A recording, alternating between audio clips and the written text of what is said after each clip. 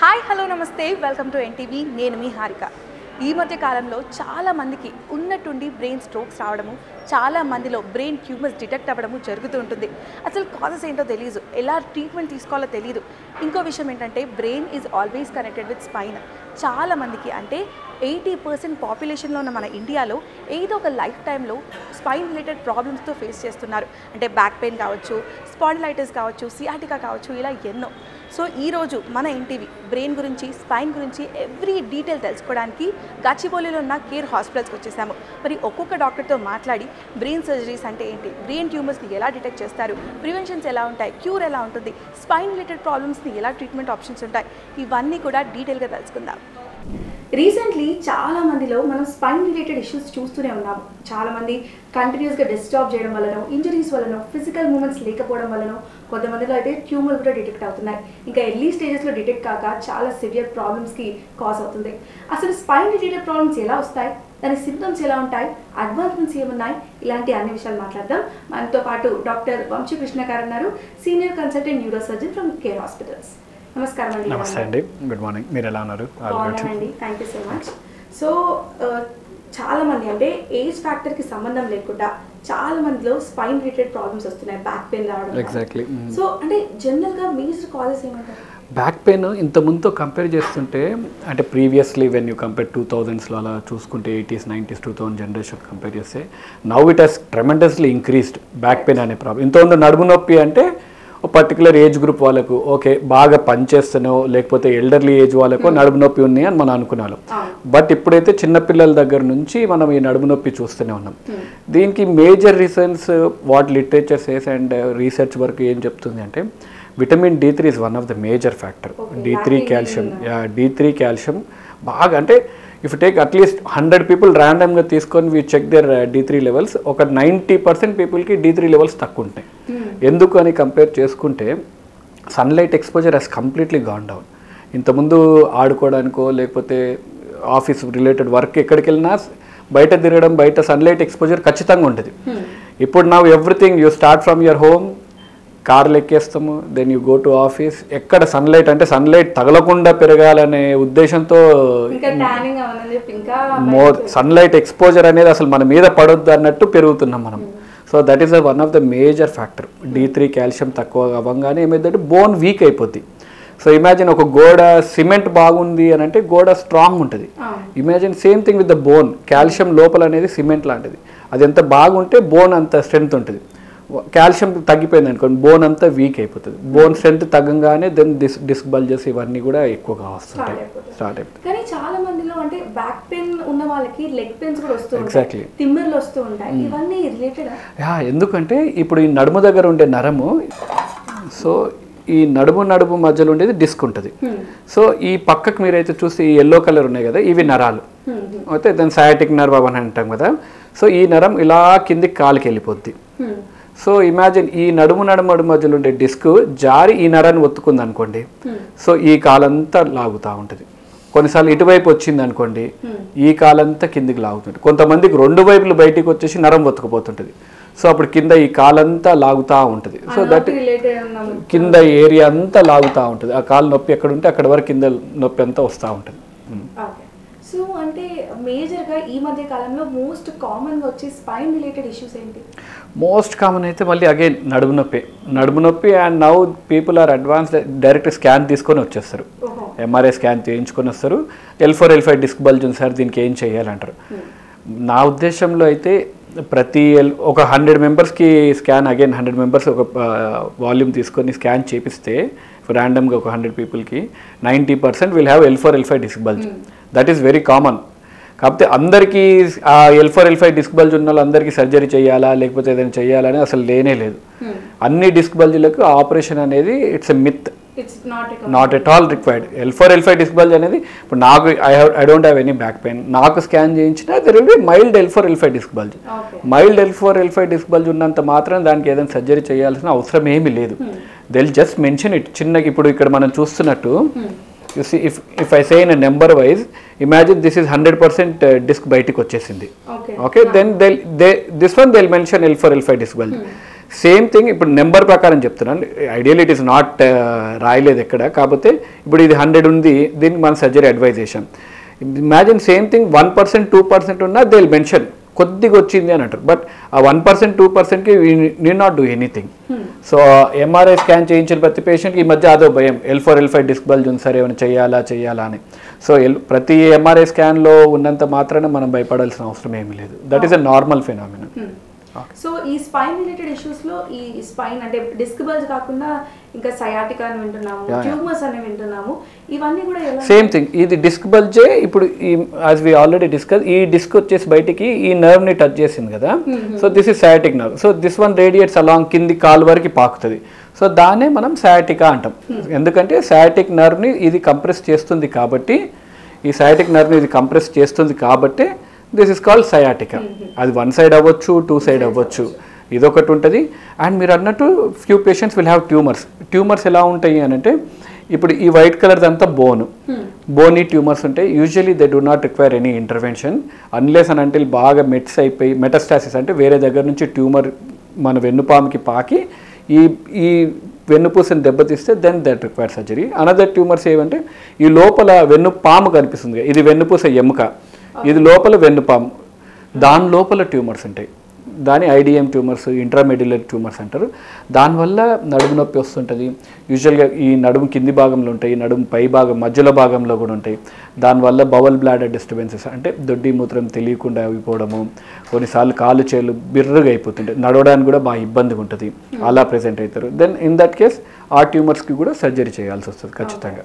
So అంటే సివియారిటీని మీరు ఎలా డిసైడ్ చేస్తారు? అంటే ఎంత సివియర్ ఉన్నప్పుడు సర్జరీ ఇస్ రికమెండెడ్? సివియారిటీ బట్టి surgery is not at all indicated. కొంతమందికి అగైన్ పెయిన్ టాలరెన్స్ లెవెల్స్, కొంతమందికి ఇంతమంది చెప్పినట్టు 1 to 100 స్కేల్లో, ఇప్పుడు example I will tell you, 1 to 100లో 70 to 100 మధ్యలో డిస్క్ ఉందంటే then I will operate. 50 to 60 I will keep and conservative management, మందులు ఇచ్చేసి ఫిజియోథెరపీ చేసి will keep it debatable. 50 to 60 we can manage. అసలు 50 కన్నా తక్కువ ఉందనుకో surgery is not at all needed. Disc bulge size చెప్తాను నేను ఎగ్జాంపుల్గా. కాకపోతే pain tolerance levels will be different.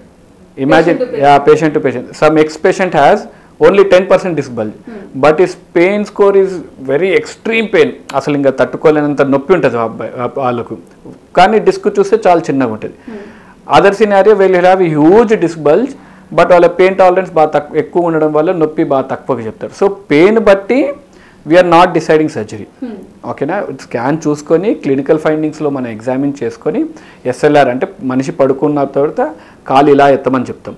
ఆ కాలు ఎత్తినప్పుడు ఈ నరం again this nerve will get stretch అయిపోయి ఈ డిస్క్ అగైన్ మళ్ళీ దీన్ని ఇరిటేట్ చేస్తుంటుంది. సో ఇలా కాలు ఎత్తినప్పుడు ఈ నర్వ్ ఏమైనా ఇరిటేట్ అవుతుందా, ఎంతవరకు, any degrees is able to lift. ఇప్పుడు able to lift 90 degrees, then nothing is required. ఒక 20-30 రాగానే పెయిన్ అంటున్నారు అనుకోండి, then that is an indication okay something is wrong అని. అప్పుడు చూసి ఆ pain and scan if both are correlating then they require surgical intervention. ఎందుకు మళ్ళీ సరే, ఎందుకు కొంతమంది చిన్న డిస్క్ ఉన్న ఎందుకు అంత పెయిన్ వస్తుంది అని అంటే, ఒకటి pain tolerance, some people have chemical radiculitis. Chemical radiculitis అంటే ఈ డిస్క్ బల్జ్ ఏం చేస్తుంది అంటే ఇట్ రిలీజెస్ ఫ్యూ కెమికల్స్. ఆ కెమికల్స్ రిలీజ్ చేసి ఈ నర్వ్ని ఇరిటేట్ చేస్తుంటుంది. అంటే పెయిన్ రావడానికి ఐదర్ కెమికల్ ఫ్యాక్టర్స్ అన్న ఉండాలి, మెకానికల్ ఫ్యాక్టర్స్. మెకానికల్ ఫ్యాక్టర్స్ అంటే ఆ నర్వ్ మీద ఏదైనా ఒత్తిడి పడాలి, ఒత్తిడి పడితే నొప్పి వస్తుంది, ప్రెషర్ వల్ల నొప్పి వస్తుంది. లేదు అని అంటే ఏదైనా కెమికల్స్ రిలీజ్ అయిపోయి ఆ రూట్ని ఇరిటేట్ చేస్తే దానివల్ల నొప్పి వస్తుంది. సో ఇలాంటి కండిషన్ 2 కండిషన్స్, కెమికల్ రాడికలైటిస్ అవ్వచ్చు, మెకానికల్ ప్రెషర్ వల్ల అవ్వచ్చు. ఈ రెండింటి వల్ల మనకు పెయిన్ రావచ్చు. సో మరి ఈ ట్యూమర్స్ కి కానీ లేకపోతే ఈ డిస్క్ బల్జ్ కానీ ట్రీట్మెంట్ ఆప్షన్స్ ఎలా ఉంటాయి? అంటే సర్జరీ అన్నారు కదా, సో దాంట్లో ఎలాంటి సర్జరీ? ఇంతకుముందు నడుము సర్జరీ అనగానే అయిపోయింది, ఇంకా bed ridden, nothing to be done. ఇంకా ఒక్కసారి నడుము సర్జరీ చేయించుకున్నారంటే ఇంకా జీవితంలో ఏం చేయలేరు, ఇంకా కంప్లీట్ బెడ్ రిడన్ కానివ్వండి. కానీ న్యూరోసర్జరీలో advancement of become so far, అంటే బాగా extreme advancement now we see. Spine surgeries ఈరోజు మార్నింగ్ చేయంగానే evening will discharge. So endoscopic surgeries వచ్చాయి, అసలు స్టిచ్లెస్ సర్జరీస్ అంటాం. అంటే చిన్న ఈ నడుము దగ్గర ఇప్పుడు సేమ్ పేషెంట్, ఈ పేషెంట్ డిస్క్ ఉందనుకోండి, ఇంతకుముందు అంటే ఈ బోన్ అంతా తీసేసేవాళ్ళం, ఈ బోన్ అంతా తీసి ఈ డిస్క్ని ఫ్రీ చేసి ఈ నరాన్ని ఫ్రీ చేసేవాళ్ళం మొత్తం తీసేది. Now what we're doing is endoscopic surgery. అంటే ఈ సైడ్ నుంచి చిన్న హోల్ పెట్టేసి will reach here, will remove only this disc. ఈ పార్ట్, ఈ రెడ్డింగ్ పార్ట్ అయితే ఇది ఉందో ఓన్లీ అదొక్కటే తీసేసి ఈ నరాన్ని ఫ్రీ చేస్తాం. సో హార్డ్లీ 1-2 hours సర్జరీ అయిపోతుంది. By evening they are going home. Suture కూడా అవసరం లేదు, కుట్టు కూడా వేయట్లేదు, అండ్ అనస్థీషియా కూడా వేయట్లేదు. లోకల్ అనస్థీషియాలో we are operating. By morning we operate, by evening they go home. So back to normal. And even I operated a 90-year-old also in the same stage with a acute disc bulge, and also young as early as 12 years కూడా ఒక అమ్మాయికి operate చేశాను. ఆ 12 years అమ్మాయి, she is a national weight lifter. Before surgery she ask me, sir నేను ఒలింపిక్స్కి వెళ్ళాలి ఎట్టి పరిస్థితిలో. Her goal is to participate in Olympics. But when she came to me, లిటరల్గా కాలు కనీసం 20 degrees కూడా లేపలేకపోతుంది. బ్యాక్ పడిపోయి షీ హ్యాడ్ హ్యూజ్ పెద్ద డిస్క్ బల్జ్, L4 L5 పెద్ద డిస్క్ బల్జ్ ఉండే. We operated her, and but I was sceptical. ముందే చెప్పాను, but too early to say whether you can go back to lifting weights అవన్నీ చేయొచ్చో లేదా, it's two early to సే అని చెప్పాము. Again after 2 months she send me a video. She was lifting again weights. She even participated in national weightlifting championship, and she got first prize in the nationals. It was surprise for me also, because అంటే ఆ bone తీసేసి, why I'm telling this is endoscopic surgery వల్ల advantages. So single incision, suture వేయాల్సిన అవసరం లేదు, collateral damage అంటే చుట్టుపక్కల damage ఏమీ లేదు, బోన్ అంతా ఇంటాక్ట్గా ఉంటుంది, స్టెబిలిటీ ఉంటుంది. ఓన్లీ ఆ అక్యూట్ ప్యాట్ అయితే బయటకు వచ్చిందో అదొక్కటే తీసేస్తున్నాం కాబట్టి she is again leading our normal life. మళ్ళీ డౌట్ అందరికి ఏముండొచ్చు అంటే అగైన్ మళ్ళీ రావచ్చా? See that can happen with any one. What we do is ఆ బయటకు వచ్చిన పార్ట్ని తీసేసాం కాబట్టి she may not 90% she should not have any back pain again. ట్యూమర్స్కి again we have to open, we have to see the dura. ఇప్పుడు ఇంతకుముందు మనం అనుకున్నట్టు ఈ బోన్ అంతా తీయాలి. తీసి ట్యూమర్స్ ఏంటంటే they are not outside game ఉండవు, ఇవి లోపల ఉంటాయి కాబట్టి కొద్దిగా బోన్ తీసి ఆ డ్యూరాను ఓపెన్ చేసి ఆ ట్యూమర్ తీసి దాన్ని ఖచ్చితంగా ముఖ పరీక్షకు పంపించాలి. వాట్ టైప్ ఆఫ్ ట్యూమర్ ఉంటుంది అదన్నీ మనకు. సో ఖచ్చితంగా మినిమల్ ఇన్వేసివ్ చేస్తాం. మైక్రోస్కోపిక్ అంటే ఇంతకుముందు మైక్రోస్కోప్స్ ఇవన్నీ లేనప్పుడు కొద్దిగా క్రూడ్గా ఉండే సర్జరీ. నవ్ మైక్రోస్కోప్స్ ఇవన్నీ ఎవాల్వ్ అయినా అంటే మనం ఇంజెక్షన్ కూడా ఇస్తే ఇట్ విల్ ఎగ్జాక్ట్లీ లోకలైజ్ ఆ ట్యూమర్ ఎక్కడుంది, ఎంతవరకు తీయాలో మైక్రోస్కోప్లో నీట్గా తీసేసుకోవచ్చు. సో ట్యూమర్స్ కూడా అడ్వాన్స్డ్గా మినిమల్ ఇన్వేసివ్తో చేస్తున్నాం. సో మరి కేర్ హాస్పిటల్స్లో ఈ స్పైన్కి సంబంధించిన ట్యూమర్ రిలేటెడ్ సర్జరీస్ కానీ, డిస్క్ బల్జ్ సంబంధించిన సర్జరీస్ కానీ ఎలాంటి అడ్వాన్స్మెంట్స్ ఉన్నాయి? కేర్లో we have an advanced microscope, like OHX microscope ఉంది, రోబోట్ ఉంది, న్యూరో నావిగేషన్ అంటాం. అంటే సో మనకు ఈ వెన్నుపూసలో కొన్నిసార్లు ముందుకు వెనక్కి జరుగుతుంటాయి, దాన్ని లిస్టిసిస్ అంటాం. సో ఆ ప్లేస్లో then we have to place screws and rods. మనం ఇక్కడ స్క్రూ రాడ్ వేసి బిగించాలి. సో ఇంతకుముందు పాతకాలంలో we use to just nibble the bone and direct ఇక్కడ నుంచి స్క్రూ పెట్టేవాళ్ళం. నవ్ ఇప్పుడు అడ్వాన్స్మెంట్ ఏంటంటే neuro navigation, robotic. So it will directly guide us. So ఎంత డెప్త్లో ఉన్నాము, ఎక్కడ పోవాలి, exactly it will take us there. So that we have a neuro navigation, advance neuro navigation ఉంది, అండ్ నర్వ్ మానిటర్స్ కూడా ఉంటుంది. So throughout the surgery nerve ఏమైనా irritate అవుతుందా, ఇరిటేట్ అవ్వగానే మనకు అక్కడ న్యూరాలజిస్ట్ ఉంటారు, వాళ్ళు immediately tell us. So this nerve is getting irritated అంటే then will see. So intraop nerve monitoring, microscope and neuro navigation తోటి we have an advance techniques. And also C arm అంటే మనకు సర్జరీ చేస్తున్నప్పుడల్లా సియామ్ అంటే ఎక్స్రే మెషిన్ ఉంటుంది లోపల, that is also there. So immediately we can know where exactly we are అనేది, దాంతో మనం చూసుకుంటాం. సో ఎంత అడ్వాన్స్ టెక్నాలజీ యూస్ చేస్తే రిస్క్ ఫ్యాక్టర్స్ ఇన్ సర్జరీ అంత తగ్గుతాయి. ఎందుకు అంటే దట్స్ వాట్ అర్లియర్ పీరియడ్స్కి ఇప్పటికి ఎందుకు చేంజెస్ వచ్చినాయి స్పైన్ సర్జరీలో, why the outcomes are better అంటే అడ్వాన్స్మెంట్స్ ఇన్ టెక్నాలజీస్. ఇంతకుముందు మనకు మొత్తం బోన్ అంతా తీసేసి సర్జరీ అంతా చేసేవాళ్ళం. ఇప్పుడు ఆ బోన్ అంతగా తీయాల్సిన అవసరం లేదు, నార్మల్ టిష్యూని అలానే వచ్చేసి ఏదైతే పార్ట్ ఇంజూరీ అయిందో అదొక్కటి తీస్తున్నాం కాబట్టి కొల్లాటరల్ డ్యామేజ్, చుట్టుపక్కల డ్యామేజ్ బాగా తగ్గిపోయింది. సో రికవరీ కూడా ఫాస్ట్గా ఉంటుంది. Early recovery, fast normal activities, less hospital stay, even finances are also is better. ఎందుకంటే ఎక్కువ రోజులు హాస్పిటల్ ఉంటే again the economically it will be burden. Same day surgery చేసుకొని నెక్స్ట్ డే మార్నింగ్ లేకపోతే ఆ నైట్ వెళ్ళిపోతుంటే finances also they coming down. So patient feedback and patient outcomes are better with this surgery definitely. అంటే ఇప్పుడు అంటే స్పైన్లో tumour వచ్చినప్పుడు కూడా ఇట్లా కాలు చేతులు పడిపోవడం రిస్క్ ఫ్యాక్టర్ ఉంటుందా, దాన్ని ఎలా మీరు? డెఫినెట్లీ స్పైన్ అంటే ఎంత అర్లీగా మనం తోటి ప్రెసెంట్ అవుతే రికవరీ వుడ్ బి బెటర్. కొంతమంది స్పైన్ ట్యూమర్స్ కానీ even spine problem disc bulge కానీ బోన్ లిస్థిసిస్తో వచ్చిన వాళ్ళు కూడా కొంతమంది లేట్గా ప్రజెంట్ చేస్తారు. అంటే they will take it for granted, ఏం కాదులే నడుము నొప్పే కదా అని లైట్గా తీసుకుంటారు. By the time they come to us కాలు పడిపోయి ఉంటుంది. సో సర్జరీ చేసిన తర్వాత recovery will be little late. 1-2-3 డేస్లో రికవర్ అవ్వాల్సింది it will take 2 to 3 months. So మెల్లిగా ఫిజియోథెరపీ ఎక్సర్సైజ్ అవన్నీ చేసిన తర్వాత they will recover eventually to back. Okay. So surgeries తర్వాత పోస్ట్ సర్జరీ అంటే ఎలాంటి కేర్ తీసుకోవాలి? యూజువల్గా సర్జరీ తర్వాత day of the surgery will just keep them in ICU. By evening will shift in the room. Next day morning నడిపించేస్తాము. Next day morning నడిపించేసి 4th day 5th day చూసుకొని ఒకవేళ fixation చేస్తే 4th day 5th day again will ask them to come back. ఒకసారి వచ్చి మళ్ళీ dressing చేసుకుంటారు. From the day of 2nd day 3rd day నుంచి they can lead their minimal basic activities. అంటే తినడం కానీ, స్నానంకి వెళ్ళడం, వాష్రూమ్ వెళ్ళడం, ఎక్కువ స్ట్రెనస్ యాక్టివిటీస్ కాకుండా ఫస్ట్ 15 days మాత్రం కొద్దిగా జాగ్రత్తగా ఉంటూ రికవరీ పీరియడ్ ఎలా ఉంటుందో చూసుకొని usual we say 15th day కానీ by 7th day they will come back driving చేసుకుంటూనే వచ్చేస్తుంటారు. వద్దని చెప్పినా సరే sir we're very much comfortable. By 7th day I see most of the patients coming on the bike driving, self driving చేసుకుంటూ వస్తారు. But I strictly say 15 days వరకు at least rest తీసుకోండి. తర్వాత రికవరీ పీరియడ్ ఎలా ఉంటుందో చూసుకొని మంత్లీ విజిట్ వస్తూ ఉంటారు. 15 days తర్వాత ఒకసారి కుట్లు ఒకవేళ ఫిక్సేషన్ చేస్తే ఆ చిన్న స్టిచెస్ వేస్తాము, అవి తీసేసుకోవాల్సి వస్తుంది. 15 days తర్వాత మంత్లీ ఒక విజిట్, 3 months వరకు మంత్లీ ఒక విజిట్, దాని తర్వాత 4 monthsకి ఒకసారి, దాని తర్వాత 6 monthsకి ఒకసారి పెడతాం విజిట్. సో మరి జనరలీ ఎంత కాదన్నా మీరు అన్నట్టు సమ్ స్టేజ్ ఆఫ్ లైఫ్ ఈ స్పైన్ ప్రాబ్లమ్స్ అయితే వస్తూ ఉంటాయి. సో ఎప్పటికైనా కూడా prevention is always better than definitely. So what kind of precautions తీసుకోవాలి యంగ్ ఏజ్ పీపుల్ కానీ who is continuously working on the desk jobs కానీ? Sunlight exposure, as I said, sunlight exposure the most essential. Sunlight exposure లేకపోవడం వల్లనే you see this one, ఈ bone this is unhealthy bone. ఇక్కడ ఇప్పుడు ఈ bone మధ్యలో ఉండే disc this is very healthy. ఇలా ఉంటే నార్మల్గా ఉన్నట్టు. But when you see this, ఈ స్పేస్ తగ్గిపోయింది ఈ బోన్కి మధ్యలో. సో ఈ తగ్గిపోవడం వల్ల ఈ డిస్క్ ఇంకా ప్రెషర్ అయిపోయి నరం మీద ఒత్తిడి పడుతుంది బయటికి వచ్చేసి. సో ఎందుకు ఇలా అవుతుంది అని అంటే, ఒకటి వచ్చేసి ఈ బోన్ మధ్యలో as I said earlier calcium కానీ సరిగ్గా లేకపోతే దిస్ విల్ బికమ్ వీక్. ఈ వీక్ అయిపోయి దిస్ విల్ స్టార్ట్ డీహైడ్రేటింగ్. ఈ డిస్క్ కూడా డీహైడ్రేట్ అయిపోయి బయటకు వచ్చేస్తుంది.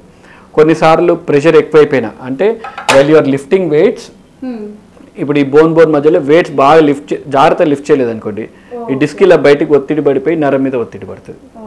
So that is one more reason. And జాగ్రత్తలు అంటే, ఈ చెయ్యి నేను ఇలానే ఒక 2-3 days ఇలానే ఈ పొజిషన్లోనే పెట్టాను అనుకోండి, it will become very stiff. తర్వాత కదిలించాలంటే it will become very painful. Same thing with back and neck. మనం ఎప్పటి నుంచో దాన్ని ఇలానే స్ట్రైట్ పొజిషన్లో ఉంటుంది. We never do exercises. ఈ ఎక్సర్సైజెస్ ఏం చేయము. So it will become very stiff అయినప్పుడు ఎప్పుడో ఒకసారి అవసరం ఉన్నప్పుడు బెండ్ చేశారు అనుకోండి, ఎక్కువ దాని మూమెంట్ కన్నా ఎక్కువ బెండ్ అయ్యారు అనుకోండి, so definitely it will have a catch, muscle catch వల్ల then you will have pain. So అందుకని డూ రెగ్యులర్ సన్లైట్ ఎక్స్పోజర్ ఉండాలి and do minimal basic back strengthening exercises అని ఉంటాయి. సో ఇది ఖచ్చితంగా చేయాలి definitely. So well you're sitting at the office also this always back should be స్ట్రైట్గా ఉండాలి. And legs కూడా ఈక్వల్గా మనకు కొద్ది హైట్ మీద కొద్ది పైకి ఉండాలి. So then that is a good posture. And long time కూర్చోవడం వల్ల కూడా స్ట్రైట్గా ఇలానే లాంగ్ టైం కూర్చున్నా again that will have a pain. So take break whenever, at least 1 hour తర్వాత take break, or else when you get a phone, rather then sitting on the chair మాట్లాడడం కన్నా go for a walk and talk and come back. Even text message అయినా go for walk and come back. So keep desk job ఉన్న వాళ్ళు కూడా straight కూర్చుంటే better. Complete ఇలా relax అయిపోయి కూర్చోవడం వల్ల స్పైన్ కంప్లీట్గా కంప్రెస్ అయిపోతుంటా ఉంటుంది. సో ఇలాంటి బేసిక్ ప్రికాషన్స్ తీసుకుంటే మాత్రం we can at least prevent some kind of spine related issues. Okay, thank you. So చూసారు కదా, ఫస్ట్లీ మనము ప్రివెన్షన్ తీసుకోవాలి. కరెక్ట్ బేసిక్ అంటే విటమిన్ డీకి ఎక్స్పోజర్ అవ్వడం కానీ, కరెక్ట్ పోస్చర్ మెయింటైన్ చేయడం కానీ, ఫిజికల్ మూవ్మెంట్స్ తీసుకోవడం కానీ, అలాంటివి చేసుకుంటూ మనం స్పైన్ రిలేటెడ్ ఇష్యూస్ని ప్రివెంట్ చేసుకోవచ్చు. అండ్ ఒక్కసారి డిటెక్ట్ అయితే మాత్రం early detection is always key. And advanced technologies ఉన్న హాస్పిటల్ని చూస్ చేసుకోవడం కూడా అంతే important. So that risk factors అనేవి కంట్రోల్ అవుతాయి. సో అందులో వన్ ఆఫ్ ద హాస్పిటల్ అయితే కేర్ హాస్పిటల్స్ అని చెప్పొచ్చు. నమస్తే అండి. తలకు దెబ్బ తగిలితే ఏం చేయాలి? తలకు దెబ్బ తగిలితే ఏమైనా సర్జరీ చేస్తే ఇంకా జీవితాంతం కోమాలో ఉంటారా, లేదంటే తలకు దెబ్బ తగలగానే ఇంకా జీవితాంతం మీకు ఏం పని చేయలేమా అనే భయం అందరికీ ఉంటుంది. కాకపోతే తలకు దెబ్బ తగిలి ఇమీడియట్గా హాస్పిటల్కి వెళ్తే రికవరీ అనేది చాలా అద్భుతంగా ఉంటుంది. సో ఈరోజు మన one of my favourite patient చిన్నోడు మోసిన్ అని ఫస్ట్ ఫ్లోర్ నుంచి ఆడుకుంటూ స్పైడర్ మ్యాన్ లాగా పైనుంచి కిందికి దూకేశాడు. దూకేగానే తలకు దెబ్బ తగిలింది. ఇక్కడ నుంచి బోన్ అంతా ఫ్రాక్చర్ అయిపోయి లోపల పెద్ద బ్లీడ్ రక్తపు గూడు ఏర్పడింది. ఒక 1 day అంతా కోమాలో ఉన్నాడు. సో ఇమ్మీడియట్ మన దగ్గర తీసుకొని వచ్చారు, సర్జరీ చేశాము. సర్జరీ అయిపోయి 10 days అవుతుంది. Is doing good. అసలు ఆ ఫస్ట్ 1 day 2 day అయితే అసలు మాటలు కూడా లేవు. ఇప్పుడు అంతా కోలుకున్నాడు, బాగా మాట్లాడుతున్నాడు, నవ్వుతున్నాడు, అసలు ఫుల్ హ్యాపీగా ఉన్నాడు. कैसे रे मोहसिन? ऐसे बोलो. अच्छा है, हाई फाई दे. ठीक है. इतना बड़ा मार कैसे लगाया रे तू? हाँ कैसा गिरा बोलो. कैसे गिर गया? खेलते खेलते ऐसे गिर गया. ठीक है. अभी ठीक है ना? खाना खा रहे? गुस्सा करे? गुस्सा बहुत आ रहे बोल के बोल रहे? गुस्सा नहीं आ रहा अभी? ठीक है. अच्छा है ना? ठीक है. ठीक. आपका नाम? मेरा नाम शेख हाजी. किधर के रहने वाले? पलखनुमा. क्या हुआ था बच्चे के साथ? बच्चा खेलते खेलते छत पे से नीचे गिर गया था फर्स्ट फ्लोर से. किसी के रेफरेंस से हम डॉक्टर सरकन आए, वंशी सरकन. ट्रीटमेंट बहुत अच्छा हुआ हमारे पास. बच्चा 1 week में बहुत अच्छा हो गया. बच्चा एक दिन तो बात भी नहीं करा किसी से, होश में नहीं था बच्चा. जैसा ऑपरेशन हुआ उसके बाद अच्छा हो गया बच्चा बहुत. बात कर रहा, खेल रहा, कर रहा, खाना वाना सब खा रहा बच्चा भी. कितने साल का है बच्चा? 8 साल का है. डायरेक्ट आप केयर हॉस्पिटल को आ गए ना तो दूसरे जगह? नहीं, साई कृष्णा हॉस्पिटल को गए थे. तो वहाँ से हमारे डॉक्टर साहब है मुनव्वर बोल के, सर से बात करके सर के पास लेके आए. अभी कैसा है? माशाल्लाह बहुत अच्छा है बच्चा अभी. पहले से कितने दिन में ये पूरा ठीक हो गया? 10 दिन में, आज को 10वां दिन है, बहुत अच्छा आ गया. लेकिन ऑपरेशन करे तो दूसरे तीसरे दिन ठीक हो गया बच्चा. अच्छा. अभी खेल ले रहा क्या? हाँ लाइट अभी खेलने नहीं दे रहे हम लोग, लेकिन पहले ऐसा है भी बच्चा भी. अभी कुछ भी प्रॉब्लम नहीं है बोल के डॉक्टर साहब बोले? हाँ बोले डॉक्टर साहब बोले अभी. क्या बोले थे? डॉक्टर साहब बोले अभी पहले से बहुत अच्छा है, लेकिन थोड़ा बहुत टाइम लगता है सही होने को थोड़ा. నెక్స్ట్ మనతో పాటు సయ్యద్ నెమ్మత్ అనే ఒక పేషెంట్ ఉన్నారు. ఆయన అయితే చాలా ఏళ్ళ నుంచి తలనొప్పితో బాధపడుతూ ఉండేవారనమాట. సో కేర్ హాస్పిటల్స్కి వచ్చాక కరెక్ట్గా డయాగ్నోస్ చేసి అన్ని టెస్టులు చేశాక తన తలలో ట్యూమర్ ఉన్నట్టు గుర్తించారు. అడ్వాన్స్డ్ టెక్నాలజీస్ తోటి సర్జరీ చేశారనమాట. దాని తర్వాత ఆయన డైలీ యాక్టివిటీస్ అన్నీ ఏ ప్రాబ్లమ్స్ లేకుండా హ్యాపీగా చేసుకోగలుగుతున్నారనమాట. మరి ఆయన సర్జరీ ఎక్స్పీరియన్స్ అంతా ఎలా ఉందో తెలుసుకుందాం. मेरा नाम सैयद नेमत है. मैं हैदराबाद से बिलोंग करता हूँ. मुझे प्रॉब्लम ऐसा ट्यूमर का था. अभी सर्जरी होगा, अभी मैं परफेक्ट हूँ. टैबलेट्स भी अभी भी चल रहे हैं, लेकिन पहले की तरह बेटर. पहले वो तो बहुत वीकनेस था, बहुत वो था मुझे. अभी ऐसा कुछ भी नहीं. अभी जॉब भी मैं ज्वाइन कर लिया हूँ, जॉब में भी जा रहा हूँ. Thanks to MG sir. Thank you. So ప్రస్తుతం మనతో పాటు డాక్టర్ అరుణ్ రెడ్డి గారు ఉన్నారు. Senior consultant neuro surgeon, endoscopic spine surgeon from Care Hospitals. వారితో మాట్లాడి అసలు స్పైన్ సర్జరీస్కి అడ్వాన్స్మెంట్స్ ఎలా ఉంటాయి, ప్రికాషన్స్ ఏముంటాయి, ప్రివెన్షన్స్ గురించి అన్నిటి గురించి డీటెయిల్గా అడిగి తెలుసుకుందాం. నమస్కారం డాక్టర్. గుడ్ అమ్మా. స్పైన్ సర్జరీస్ అనగానే చాలా మంది భయపడుతూ ఉంటారు. ఎందుకంటే ఫర్దర్ కాంప్లికేషన్స్ ఎక్కువ ఉంటాయి, లేకపోతే బెడ్ రిటర్న్గా ఉండిపోవాల్సి వస్తుంది అని అంటూ ఉంటారు. So spine surgeries are that risky or advancements ఉన్నాయా? నమస్కారం అండి. స్పైన్ సర్జరీ అన్నది అందరికీ అవసరం ఉండదండి. 80 to 90% ఆఫ్ ద పాపులేషన్ ఎవరికైతే నడుము నొప్పి కానీ మెడ నొప్పి కానీ ఉంటుందో చిన్న చిట్కాలు పాటించడం, మందులు వాడడం, ఫిజియోథెరపీ చేసుకోవడం వల్ల నివారణ అన్నది పొందుతారు. ఒక 5 to 10% ఆఫ్ ద పాపులేషన్ మందులు, జాగ్రత్తలు, ఫిజియోథెరపీ అయిపోయిన తర్వాత కూడా వాళ్ళు ఎప్పుడైతే ఉపశమనం పొందారో వాళ్ళకు మనం స్పైన్ సర్జరీ అనేది చెప్తాం. ఇప్పుడున్న తరుణంలో మనం స్పైన్ సర్జరీస్ అన్నీ అవేక్ అండ్ అవేర్ కండిషన్స్లో చేస్తాము. అంటే మనం జనరల్ మత్తు కూడా ఇవ్వం. మనము ఏ పోర్షన్లో అయితే మనం ఆపరేషన్ చేస్తామో ఆ భాగానికే నడుములో చిన్న మత్తు సూదిస్తాము. సెంటీమీటర్ కన్నా తక్కువ, మిల్లీమీటర్లో ఉంటుంది. 0.8 mm పోర్ట్ అంటాం. మన వేళ్ళు మందతనం కన్నా తక్కువ ఉన్న పైప్ ద్వారా పంపించి కెమెరాల్లో చూసుకుంటూ ఏ కారణాల వల్ల అయితే తనకు ఉన్న నొప్పి అన్నది ఉంటుంది, సర్జరీ అన్నది చెప్పాము అంటే మోస్ట్ ప్రాబబ్లీ అది డిస్క్ ప్రాబ్లం అయినా ఉంటుంది, ఆర్ నరం చుట్టూరు ఎముక పెరగడం వల్లగానే వస్తుంది. అది మనం చిన్న కెమెరాలతో పంపించేసి మనం సర్జరీ చేయడం వల్ల ఉపశమనం పొందుతారు. దీన్ని ఎండోస్కోపిక్ స్పైన్ సర్జరీ అంటాము. దీని పరిమితులు ఓన్లీ డిస్క్ సమస్య వరకే కాకుండా నరం పైన వయసుతో కూడుకున్న మార్పుల వల్ల ఒత్తిడి కారణాల వల్ల కానీ, లేదా ఒక్కొక్కసారి మనం 2 ఎముకలు ఫిక్సేషన్ చేయాలంటాం, అంటే 2 ఎముకలలో మనం స్క్రూస్ వేసి బిగించాలని చెప్తాము. ఈ సర్జరీల వల్ల అవి మనం ఫిక్సేషన్ స్క్రూలు వేయకుండా మనం ఈ శస్త్రచికిత్సల ద్వారానే ఒక చిన్న ఇంటర్ బాడీ కేజ్ అంటాము, అది ప్లేస్ చేయడం వల్ల కూడా ఆ ఏరియాకు స్ట్రాంగ్ కన్స్ట్రక్ట్ ఇచ్చి ఏ సమస్యలు అయితే వాళ్ళు బాధపడుతున్నారో ఉపశమనం పొందే అవకాశాలు పెంచుతామండి. ఓకే, సో ఈ అడ్వాన్స్మెంట్స్ అన్నీ కూడా అంటే టెక్నాలజీ యూటిలైజేషన్ ఎలా ఉంది స్పైన్ సర్జరీస్లో? సో యాక్చువల్లీ టెక్నాలజీ అన్నాను, టెక్నిక్స్ మారినాయండి. There is only one technology, that is endoscope. ముందు కూడా ఉండేది endoscope, but number of surgeons ఎవరైతే ఎండోస్కోప్ పరికరం వాడేవారో చాలా తక్కువ ఉండేది, ట్రైనింగ్ వల్ల కానీ ఆర్ పేషెంట్ ఎక్స్పోజర్ వల్ల కానీ. కానీ ఈ మధ్యకాలంలో ట్రైనింగ్ సెషన్స్ పెరగడము, దాని తర్వాత పేషెంట్ అవేర్నెస్ పెరగడం వల్ల ఈ ఎండోస్కోపిక్ సిస్టమ్ ద్వారా మనం సర్జరీలు అన్నది మనం చేస్తూ ఉన్నాం. ప్రతి పేషెంట్కి ఎప్పుడైతే మనకు మందులతోటి నివారణ పొందదన్న పేషెంట్స్ అందరికీ సర్జరీలు అవసరం లేదు. There is a bridge therapy, వాళ్ళకు మనం స్టిరాయిడ్ ఇంజెక్షన్స్ ఇస్తాము. ఈ స్టిరాయిడ్ ఇంజెక్షన్స్ ఇవ్వడం వల్ల కూడా ఉపశమనం పొందుతారు. కానీ ఇందులో పేషెంట్ సెలెక్షన్ చాలా ముఖ్యం. ఎవరికైతే తీవ్రమైన ఒత్తిడి ఉన్నదో అట్లాంటి పేషెంట్కి మనం స్టిరాయిడ్ ఇంజెక్షన్ ఇవ్వడం వల్ల వాళ్ళకి టెంపరీ రిలీఫ్ ఉంటుంది, కానీ పర్మనెంట్ సొల్యూషన్ అన్నది దొరకదు. సో అది డాక్టర్ డిసిషన్ తీసుకుంటారు ఏది పేషెంట్కి బెనిఫిట్ అన్నది. జస్ట్ మనం ప్రాబ్లమ్ని పోస్ట్పోన్ చేయడానికి కోసము వెరీ వెరీ సింపుల్ టెక్నిక్స్ ద్వారా మనం నివారణ పొందాలనుకుంటే లాంగ్ టర్మ్గా ప్రాబ్లమ్స్ పెరుగుతాయి. అలా అని చెప్పేసి ఎండోస్కోపిక్ స్పైన్ సర్జరీ అన్నది కాంప్లికేటెడ్ ప్రొసీజర్ కాదు. సర్జరీ చేస్తున్నప్పుడు పేషెంట్ మనతో మాట్లాడుతూనే ఉంటారు. డ్యూరింగ్ ద సర్జరీ ఒక మూమెంట్కి సార్ నాకు కాలు నొప్పి పోయింది అంటారు. ఎందుకంటే ఏ ఒత్తిడి ఉన్నదో నరం పైన ఒత్తిడి, ఆ ఒత్తిడి తీసేసి ఉంటాను. సో ఇందులో patient himself is our real feedback.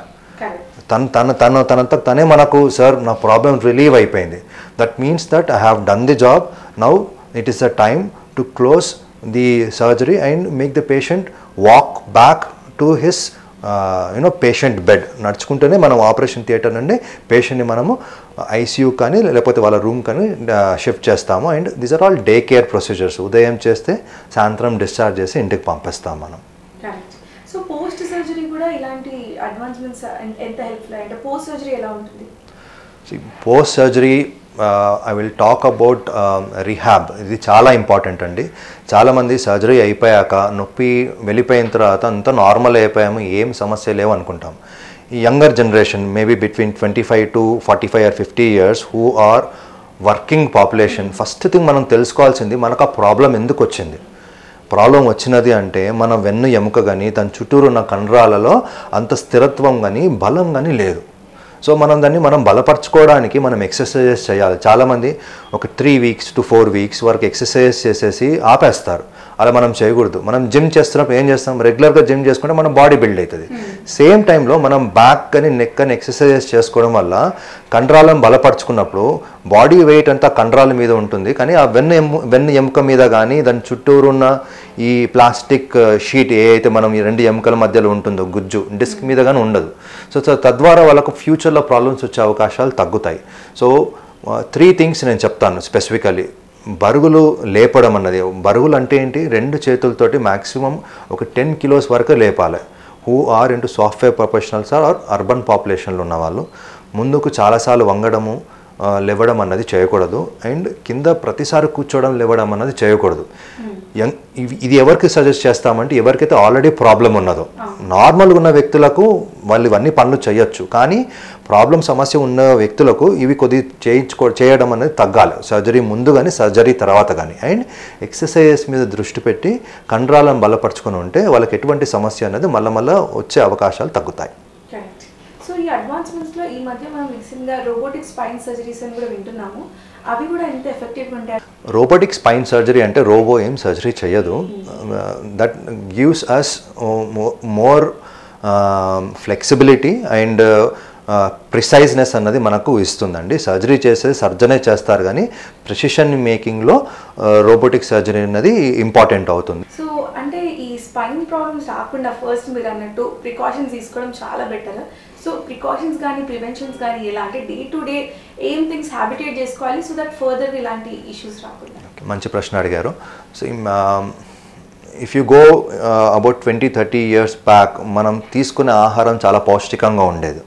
ఇప్పుడు ఆ పౌష్టికాహారం తగ్గి జంక్ ఫుడ్ అన్నది పెరిగింది. మన వర్కింగ్ స్టైల్ వల్ల కానీ, లేకపోతే మన కన్స్ట్రెయింట్ వండుకోవడంలో కన్స్ట్రెయింట్ అయిపోవడం కానీ, లేకపోతే మనం తినే పద్ధతిలో కానీ.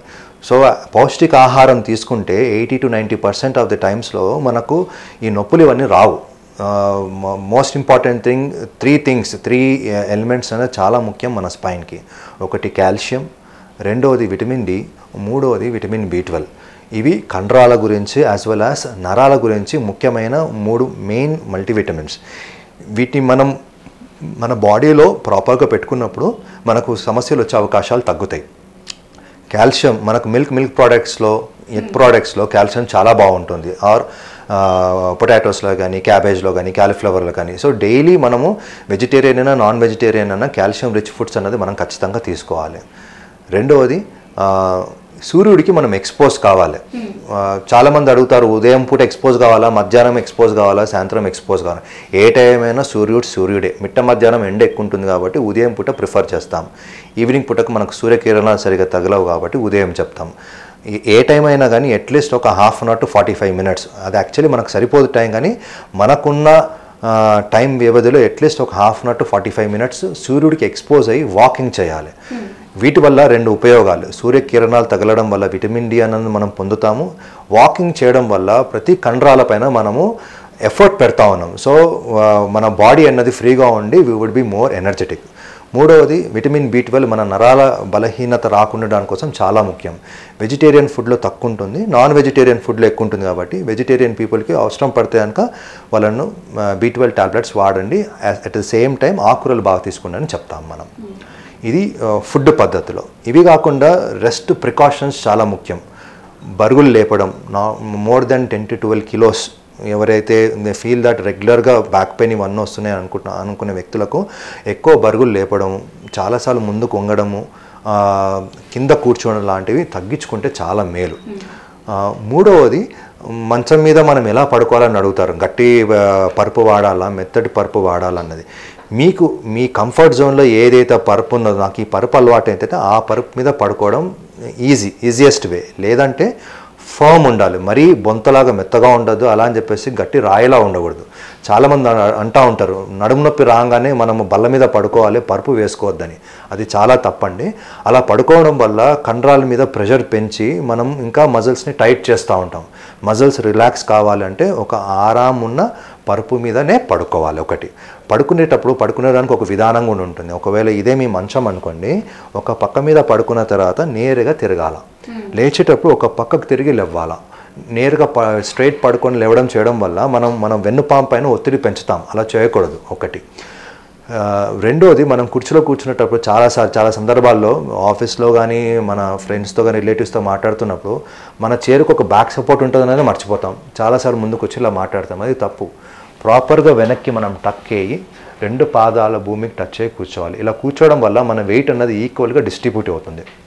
Same time long term sitting అనేది చేయొద్దు. ఫ్రీక్వెంట్గా బ్రేక్స్ తీసుకోవడం వల్ల కండరాలపైన ఒత్తిడి రాదు, తద్వారా మనకు నొప్పి అన్నది రాదు. ఓకే, ఇది చాలా ముఖ్యం. ఇప్పుడు వంటగదిలో పనిచేస్తున్నప్పుడు కూడా ఐ విల్ టెల్, అక్కడ ఒక కుర్చీ పెట్టుకోండి. మీరు వంట చేస్తున్నప్పుడు ప్రతి 15-20 నిమిషాల తర్వాత 2 నిమిషాలు కూర్చొని నిల్చోండి. ఎప్పుడు కూడా మీకు నడుము నొప్పి అన్నది రాదు. వాష్రూమ్ వాడుతున్నప్పుడు western washroom is always preferable than Indian washroom. ఎందుకంటే ఇండియన్ వాష్రూమ్ కూర్చొని లేవడం వల్ల మన మోకాల మీద, తుంటి మీద ప్రెషర్ పెరగడం వల్ల అవి అరుగుదల అన్నది కొద్దిగా ఎర్లీగా అవుతుంది. అట్ ద సేమ్ టైం నడుము పైన కూడా ఒత్తిడి ఉంటుంది. సో వెస్ట్రన్ వాష్రూమ్ వాడడం వల్ల దీని నుంచి మనం ఉపశమనం పొందే అవకాశాలు పెరుగుతాయి. సో ఈ చిట్కాలు ఇవన్నీ పాటించడం వల్ల మనం ముందు మనకు నడుము నొప్పి కానీ మెడ నొప్పి కానీ వచ్చే అవకాశాల నుంచి మనం నివారణ పొందుతాం. Thank you so much doctor. కరెక్ట్గా ఇట్లా ఫుడ్, ఫిజికల్ మూమెంట్స్ అండ్ ఇవన్నీ కూడా హ్యాబిటేట్ చేసుకుంటే కూడా మనం ఫర్దర్గా spine problems, spine related issues నుంచి ప్రివెంట్ అవ్వచ్చు. ఈరోజు బ్రెయిన్ ట్యూమర్ అవేర్నెస్ వీక్ కింద బ్రెయిన్ ట్యూమర్ సర్వైవర్ తోటి మాట్లాడదామండి. బేసికలీ ఈ ప్రోగ్రామ్ కండక్ట్ చేసేది దేనికంటే చాలామందికి పేషెంట్స్ కానీ జనరల్ పబ్లిక్ కూడా మెదడులో కంతులు అంటే చాలా భయపడతారు, బయటపడలేము, మనము నార్మల్ లైఫ్ స్టైల్ ఉండదు అన్నట్లు అనుకుంటారు. సో ఆ అపోహలు తొలగించడానికోసమే నేను మీ ముందుకు వచ్చాను, మాట్లాడడం జరుగుతూ ఉంది. ఈరోజు వన్ ఆఫ్ మై పేషెంట్ గురించి I just wanted to tell. 3 సంవత్సరాల నుంచి తను నా ఫాలోఅప్లో ఉన్నారు. ఇనీషియల్గా హెడేక్తో ప్రజెంట్ అయ్యారు. ఓన్లీ హెడేక్ ఒకటే ఉండేది ఎడమ భాగం మెదడులో. యూజువల్గా హెడేక్ ఇమీడియట్గా ఉందంటే మనం స్కాన్స్ చేయం. కంటిన్యూస్ హెడేక్ ఉండి మనం ఇనీషియల్గా మందులు ఇచ్చిన తర్వాత కూడా తగ్గకపోతే అప్పుడు మనం స్కాన్స్ చేస్తాము. స్కాన్స్ చేసినప్పుడు తనకు మెదడులో కంతి అన్నది ఏర్పడ్డది. కంతి ఏర్పడిన తర్వాత కూడా ఇమీడియట్గా నేను తనని సర్జరీకి ఏం తీసుకోలేదు. సో కంతి ఏర్పడంగానే సర్జరీకి తీసుకోవాలని కూడా అలా ఏం ఉండదు. చాలాసార్లు అబ్జర్వేషన్లు ఉంచుతాము. కొన్నిసార్లు కంతి సైజ్ పెరగకుండా అలానే స్టేబుల్గానే ఉంటాయి until unless that's a cancer tumour. నాకు సర్జరీ ఇక్కడ ముందు మనకు స్కాన్లోనే మనకు తెలుసు ఇది క్యాన్సర్ కాని కంతి. ప్రాబబ్లీ మనం అబ్జర్వేషన్లో పెట్టుకొని ఒకవేళ తన సిమ్టమ్స్ కన్నా పెద్దగా ఎక్కువ అవుతున్నాయి కానీ లేకపోతే పీరియాడికల్లీ స్కాన్స్ చేస్తాం ప్రతి 6 నెలలకు ఒక్కసారి. అందులో కానీ మనకు కంతి సైజ్ పెరుగుతూ ఉన్నప్పుడు మనం సర్జరీ సజెస్ట్ చేస్తాం. I kept her under observation for 1.5 year అండి. 1.5 year తర్వాత తన తలనొప్పులు పెరగడము, అదేవిధంగా స్కాన్లో మార్జినల్లీ ట్యూమర్ సైజ్ ఇంక్రీజ్ అయ్యండి. బేసికల్లీ అది మెదడులో ఎడమ భాగంలో ఉండే, మెదడు ఇరు భాగాల్లో ఉంటుంది, కుడి భాగం ఎడమ భాగం. ఎడమ భాగం మెదడులో చెయ్యి కాళ్ళు ఏదైతే కుడి చెయ్యి కుడి కాళ్ళకి సంబంధించిన భాగం ఎడమ భాగం మెదడులో ఉంటుంది, ఆ భాగంలో తన కంతి ఉండే. ఆ కంతి కూడా మెదడులో మంచి రక్తనాళాలు ఉంటాయి, చెడు రక్తనాళాలు ఉంటాయి. ఆ చెడు రక్తనాళాలు లోపల చొచ్చుకుపోయి ఉండే. So it was a complex tumour. So అలా ఊరికే అందరికి సర్జరీ సజెస్ట్ చేయము. అంటిల్ అన్లెస్ అది ఇంపార్టెంట్ అయ్యి దానివల్ల తనకు ఇబ్బందులు వస్తా అంటే మనం సజెస్ట్ చేస్తాం. So over a period of time తనకు ఇబ్బందులు పెరుగుతున్న తరుణంలో ఆపరేషన్ అనేది చేయడం జరిగింది. ఆపరేషన్ అయిపోయాక 2వ రోజు తను ఇంటికి వెళ్ళినారు. సో ఆపరేషన్ చేసినప్పుడు ఏదైతే చెడు రక్తనాళం భాగంలో కంతి ఏదైతే చొచ్చుకొని వెళ్ళిందో అది కాస్త వదిలిపెట్టేస్తారు, లేకపోతే దానివల్ల తనకు ఇబ్బందులు పెరుగుతాయని. సో ఇలా వదిలిపెట్టిన కంతిని ఒక్కొక్కసారి సైజ్ పెరిగితే రీసర్జరీ అయినా చేస్తాము, లేకపోతే రేడియేషన్ కన్నా సబ్జెక్ట్ చేస్తాం మనం. So over a period of time మనకు తెలుసు అది కంతి సైజ్ పెరుగుతుందని. 3 నెలల తర్వాత తనకు she was subjected for radiation and తను she's fit and fine now and మన అబ్జర్వేషన్లో ఉన్నారు. రెగ్యులర్ పీరియాడిక్ స్కాన్స్ జరుగుతూ ఉన్నాయి. తన వృత్తిపరంగా షీ ఈజ్ అ చెఫ్.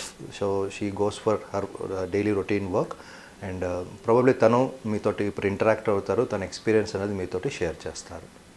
తినే అండి Savitri garu. So by profession she is a chef and surgery అయిపోయాక this is how we can see that she's తను మళ్ళీ తన వృత్తికి వెళ్ళి రెగ్యులర్ నార్మల్ లైఫ్ లీడ్ చేస్తూ ఉన్నారు. తన ఎక్స్పీరియన్స్ తను షేర్ చేస్తారు మీతో ఇప్పుడు. నా పేరు సావిత్రి అండి. నాకు ఫస్ట్ టైంలో హెడేక్ వచ్చింది. 3 days హెడేక్ వస్తే మా బాబు హాస్పిటల్కి తీసుకెళ్ళాడు. మాకు ఇంటికి దగ్గరలో శ్రీకర్ హాస్పిటల్ ఉండేది. అక్కడికి తీసుకెళ్తే వేరే డాక్టర్ని అడిగితే ఈ డాక్టర్ పేరు చెప్పారు. ఈ డాక్టర్ దగ్గరికి వెళ్తే ఒక 1 week వరకు ఈ ట్యాబ్లెట్స్ వాడండి, తగ్గపోతే మళ్ళీ రండి అని చెప్పేసి 1 week ట్యాబ్లెట్స్ ఇచ్చారు. అది తగ్గలేదు. తగ్గపోయేసరికి మళ్ళీ వెళ్ళాము.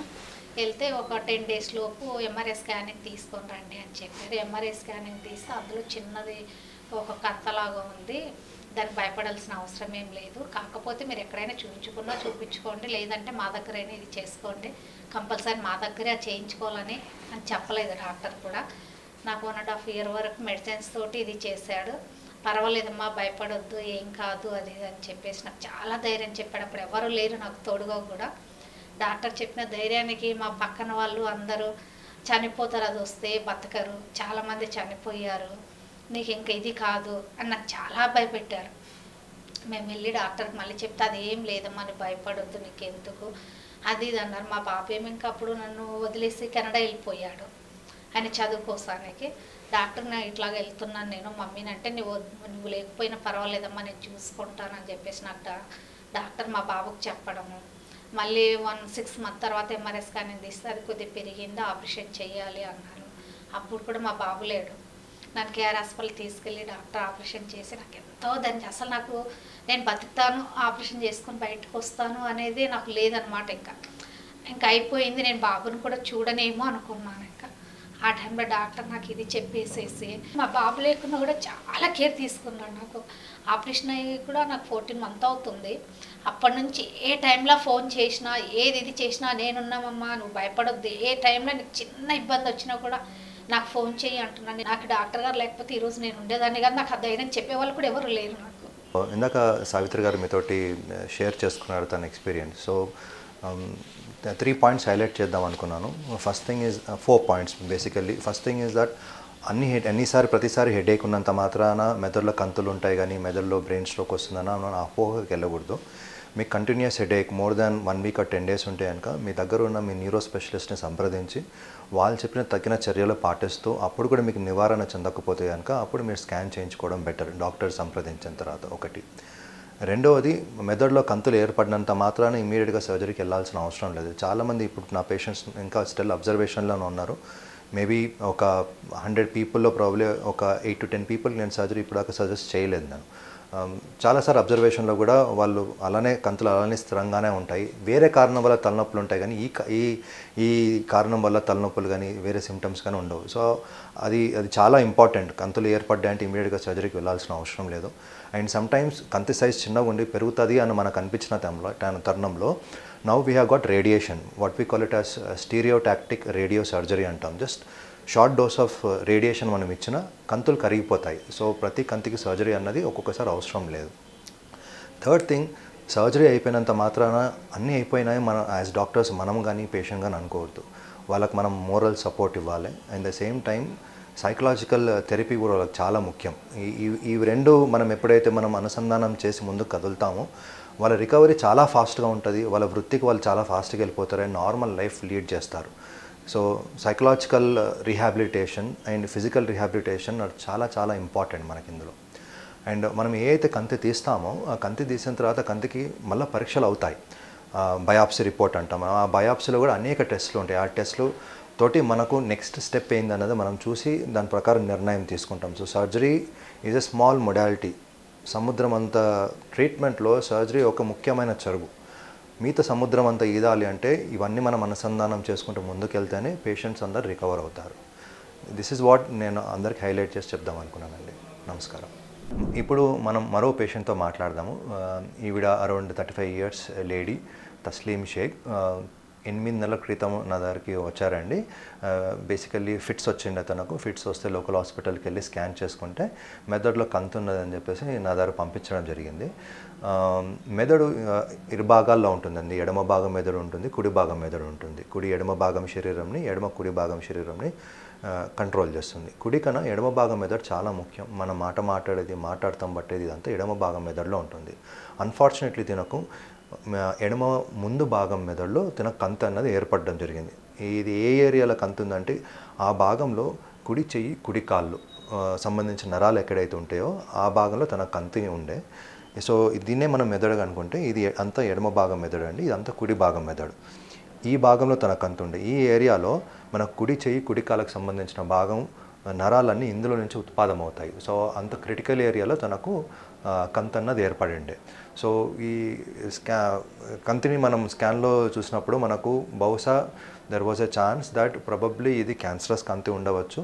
అందుకోసమే అండ్ కంతి సైజ్ కూడా పెద్దగా ఉండడం వల్ల మనం తినను సర్జరీకి తీసుకున్నాం. సో ఇందులో మనం తినకు సర్జరీ చేయడం అన్నది అడ్వాన్స్ టెక్నిక్లో చేశామండి. శరీరంకి అసలు మనం మత్తు ఇవ్వలేదు. సో సర్జరీ చేస్తున్న తరుణంలో తను మనతోటి స్పృహలో ఉండి మాట్లాడడం జరిగింది. ఇది ఎందుకు మనకు చాలా ముఖ్యం అంటే ఇది ఎక్కడైతే కంతు ఉన్నదో ఆ భాగంలో కుడి చేయి కుడి కాళ్ళకు సంబంధించిన నరాలు ఉన్నాయి. సో ఒకవేళ మనం జనరల్ మత్తు ఇచ్చి చేసిన తర్వాత ఒక్కొక్కసారి చేయి కాళ్ళలో బలం తగ్గిపోతే మనకు ఏ ఉద్దేశంతో అయితే మనం సర్జరీ చేస్తున్నామో దాని ఉపయోగం లేకుండా పోతుంది. సర్జరీ ముఖ్య ఉద్దేశాలు ఏంటి అంటే ఫస్ట్ అది ఏంటి కంతు అన్నది మనం తెలుసుకోవడానికి బయాప్సీ శాంపుల్ కలెక్ట్ చేయడం. ఎట్ ద సేమ్ టైం దానివల్ల ఫిట్స్ వచ్చింది కాబట్టి అట్లీస్ట్ ఆ కంతి తొలగిస్తే ఫిట్స్ వచ్చే అవకాశం తగ్గిపోవడం. మూడవది తనకు అడిషనల్ డెఫిసిట్ ఇవ్వకూడదు, అంటే అడిషనల్ కష్టాలు ఇవ్వకూడదు. కష్టాలు తినకి ఏ విధంగా రావచ్చు, కుడి చేయి కుడి కాల్లో బలం తగ్గిపోయే అవకాశాలు ఉంటాయి. సో అవి వాటి నుంచి మనం బయటికి రావడం కోసం మనం అడ్వాన్స్ టెక్నిక్లో అవేక్ క్రేనియోటమీ అనేది చేస్తాం. ఇందులో అవేక్ క్రేనియోటమీలో మనం జస్ట్ చర్మానికే మనం మత్తిస్తామండి. టు బీ వెరీ ఫ్రాంక్, మన bone is painless structure, brain is painless structure, brain మీద లేయర్ ఈజ్ పెయిన్లెస్ స్ట్రక్చర్. మనం జస్ట్ మన చర్మానికి మనం మత్తిచ్చామనుకోండి సర్జరీస్ మనం సేఫ్గా చేసుకోగలుగుతాం. షీ బీయింగ్ యంగ్ మనం చెప్పేది వింటారు కాబట్టి దాని ప్రకారం తనకు అవేక్ క్రేనియోటమీ అనేది జరిగిందండి. ఈ అవేక్ క్రేనియోటమీ అన్నది దీంతోపాటు we use advance gadgets. One thing is high and neuro microscope. ఇందులో మనకు డై ఫిల్టర్స్ ఉంటాయండి. అది మనకు కంతి ఎక్కడ ఉన్నది ఎంత ఉన్నది అన్నది మనకు కరెక్ట్గా మనకు మైక్రోస్కోప్లో చూపెడతా ఉంటుంది. ఎట్ ద సేమ్ టైం మన అందరం గూగుల్ మ్యాప్స్ వాడతాం ఒక ప్లేస్ నుంచి ఇంకో ప్లేస్ వెళ్ళడానికి. ఎట్ ద సేమ్ టైం మనకు బ్రెయిన్లో కూడా సర్జరీస్, బ్రెయిన్ కానీ స్పైన్ సర్జరీస్ చేస్తున్నప్పుడు మనకు నావిగేషన్ సిస్టమ్ అనేది ఉంటుంది. సో ప్రిసైజ్గా మనకి ఏ ఏరియాలో అయితే వెళ్ళి మనం సర్జరీ చేయాలన్నది ఆ ఏరియాకే మనకు ఆ నావిగేషన్ సిస్టమ్ అనేది తీసుకువెళ్తుంది. తద్వారా మనం సర్జరీ చేస్తాం. మనం అదే విధంగా సర్జరీ అయింది. సర్జరీ అయ్యి పూర్తి కంతి అన్నది పూర్తిగా తొలగించడం జరిగింది. అండ్ సర్జరీ చేస్తున్న టైంలో we were continuously talking to her, తనతో మనం మాట్లాడదామని జరిగింది. మనకు తెలుసు ఎడమ భాగం మెదడులో మాట్లాడడం బట్టే ఏరియాస్ కూడా ఉంటాయి కాబట్టి sometimes speech is also important. ఆ ఏరియాలో కంతి లేకపోయినా కూడా వాటి అనుసంధానమైన వైర్స్ ఉంటాయి కాబట్టి. అండ్ చెయ్యి కాళ్ళలో బలం ఎలా ఉందన్నది అసెస్ చేసుకుంటూ సర్జరీ విజయవంతమయ్యి ఏ ఇబ్బంది లేకుండా 3వ రోజు 4వ రోజు డిశ్చార్జ్ అయ్యి నడుచుకుంటూ ఇంటికి వెళ్ళారు. సో ఇప్పుడు తస్లీం గారిని మాట్లాడమని చెప్తాను. తన ఎక్స్పీరియన్స్ తను షేర్ చేస్తారు మీతోటి. సర్జరీ అయ్యేటప్పుడు కూడా సార్ వాళ్ళు చాలా బాగా నాతోటి మాట్లాడడం జరిగినది. ఇంకా తబ్రేజ్ సార్, ఇంకా అరుణ్ రెడ్డి సార్ చాలా బాగా సర్జరీ నాకైతే సక్సెస్ఫుల్గా చేసినారు. ఫస్ట్ అయితే 80% 90% ట్యూమర్ తీసాము మీకు అని అన్నారు. కాకపోతే 96% వాళ్ళు తీసేసినారు. కానీ బాగా సపోర్ట్ చేసినారు. నాకైతే చాలా కేర్ హాస్పిటల్ అయితే చాలా నచ్చినది. ఎందుకంటే పేషెంట్కి భయం అవ్వడం కానీ అట్లాంటివి చాలా ఉంటారు. కానీ నాకైతే చాలా వీళ్ళైతే బాగా ధైర్యం ఇచ్చినారు. అక్కడ స్టాఫ్ అయినా కానీ ఎవరైనా సరే చాలా బాగా సపోర్ట్గా నిలబడ్డారు సర్జరీ అయ్యేటప్పుడు. ఇంకా భయం ఉంటుంది లోపల, నాకు తర్వాత కాలు పడిపోతుందా చేతి పడిపోతుందా అన్నట్టు చాలా భయం ఉండే. నేను ఎట్లా నాకు మాట పడిపోతుందా అన్న చాలా భయం ఉండే. కాకపోతే కానీ నాకు సర్జరీ అయి నేను బయటకు వచ్చేటప్పుడే నేను మా పేరెంట్స్ తోటి చాలా బాగా జరిగింది సర్జరీ నాకు అని నాకు నేనే చెప్పుకున్నా నా పేరెంట్స్కి. అప్పుడు నేను స్పృహలోనే ఉన్నా కాబట్టి నేను అన్నీ చెప్పిన మా పేరెంట్స్కి కూడా. చాలా బాగా జరిగింది సార్. నేను ఖురాన్ కూడా దాంట్లో ఖురాన్లో కొన్ని వర్డ్స్ కూడా నేను చదివినా అని నాకు వినిపించిన తర్వాత నాకు కూడా గుర్తుకుంది నేను చదివినా అని. కానీ సక్సెస్ఫుల్గా అయితే జరిగింది సర్జరీ మాత్రం. బ్రెయిన్ సర్జరీ అంటే చాలామంది భయపడతారు కానీ ధైర్యంగా ఉండాలి, అంతే, ఏం లేదు. ఇంట్లో డైలీ వర్క్స్ అన్నీ మీరే చూసుకుంటున్నారా? అన్నీ నేనే చూసుకుంటాను సార్. సో ఈ కంతి అన్నది ఏర్పడక ముందు మీది ఏదైతే ప్రీవియస్ జీవితం ఉన్ననో ఇప్పుడు అదే జీవితం ఉన్నదా? దానికన్నా మంచిగా ఉన్నది సార్ ఇప్పుడు. హలో అండి, నేను doctor Arun Reddy, consultant neuro surgeon and endoscopic spine surgeon. Brain tumour awareness గురించి ఒక రీసెంట్గా ఆపరేషన్ చేసిన ఒక పేషెంట్ తోటి మనం మాట్లాడదాము. బేసికలీ వీడియో చేసేయడానికి ముఖ్య కారణము అపోహలు తొలగించుకోవడానికి. అండ్ బ్రెయిన్ ట్యూమర్ రాగానే సమస్యల నుంచి మనం వైదొలగలేము, ఇబ్బందులు పెరిగి చనిపోతామని చాలాసార్లు అనుకుంటాం, చాలా సందర్భాల్లో అనుకుంటాము. అలా వచ్చే అవకాశాలు చాలా చాలా చాలా తక్కువ. ఎందుకంటే ఇప్పుడున్న అత్యాధునిక చికిత్స పద్ధతులతోటి బయటపడే అవకాశాలు చాలా ఈజీగా అవుతాయి. దాని గురించి ఒక పేషెంట్ ఎక్స్పీరియన్స్ గురించి మీకు నేను చెప్తాను. తిను రాముల్ గౌడ్ గారు శంకరపల్లి నుంచి వచ్చారు, ఎక్స్ సర్పంచ్. తిను గత 4-5 నెలల నుండి క్రమక్రమంగా తల నొప్పులతో పాటు వాంతులు వచ్చినట్లు అనిపించడము అండ్ మెల్లమెల్లగా చూపు అన్నది మందగించడం జరిగింది. పోయిన 2 వారాల్లో కుడి భాగం కంట్లో చూపు సిగ్నిఫికెంట్గా మందగించింది అండ్ ఎడమ భాగంలో కూడా కాస్త మందగించడం టైంలో కంటి డాక్టర్ దగ్గరికి వెళ్ళి అక్కడ ఈ కంటి సమస్య కాదు, మెదడులో ఏదైనా సమస్య ఉందని చెప్పేసి స్కాన్ చేయించడం వల్ల మెదడులో ముఖ్యమైన భాగంలో కంతి అన్నది ఏర్పడడం చూసేసి న్యూరాలజిస్ట్ పంపిస్తే న్యూరాలజిస్ట్ ఎవాల్యుయేట్ చేసి నా దగ్గర పంపించడం జరిగింది సర్జరీ గురించి. సో సర్జరీ అవలంబించే పద్ధతులు అనేకం ఉంటాయి. ఒక్కొక్కసారి మనం పుర్రుగురు తెరవాల్సిన అవసరం లేదు, ముక్కు ద్వారా వెళ్ళి కూడా మనం సర్జరీలు చేస్తాము. కానీ తినకు ఆ భాగం కంతి ఇరు భాగాల ద్వారా యాక్సెస్ ఉన్నా ఎక్కువ కొద్దిగా పైకి చొచ్చుకోపోవడం వల్ల మెదడులో పడికి పుర్ర తెరిచి ఆపరేషన్ చేశాము. ఆపరేషన్ చేసిన తర్వాత ఆపరేషన్ అయిన 2-3 గంటల్లోనే తనంతకు తానే చూపు బాగా మెరుగైందని చెప్పడం అండ్ సమస్యలు వస్తాయని మనం అనుకున్నాము. పక్షవాతాలు వచ్చే అవకాశాలు కానీ, ఫిట్స్ వచ్చే అవకాశాలు కానీ, చూపు ఒక్కొక్కసారి మందగించే అవకాశం. ఎందుకంటే ఈ కంతి ఏతుందో చూపుకు సంబంధించిన భాగం నరాలతో పాటు మెదడుకి వెళ్ళే మెయిన్ రక్తనరాలు ఏవైతే ఉంటాయో వాటి మధ్యలో ఉండే చొచ్చుకొని సో శస్త్రచికిత్స చేయడం వల్ల ఇబ్బందుల నుంచి తను వైదొలిగినాడు అండ్ 1-2 రోజుల్లో డిశ్చార్జ్ అవుతాడు. తన ఎక్స్పీరియన్స్ గురించి తన మాటల్లో చెప్తారు. అంటే ఒక 4 నెలల నుంచి నాకు కొంచెం కంటి చూపు తగ్గడం జరిగితే వాసవి ఐ కేర్కు వెళ్ళి చూయించుకోవడం జరిగితే కంటి నరాలు బాగానే ఉన్నాయి.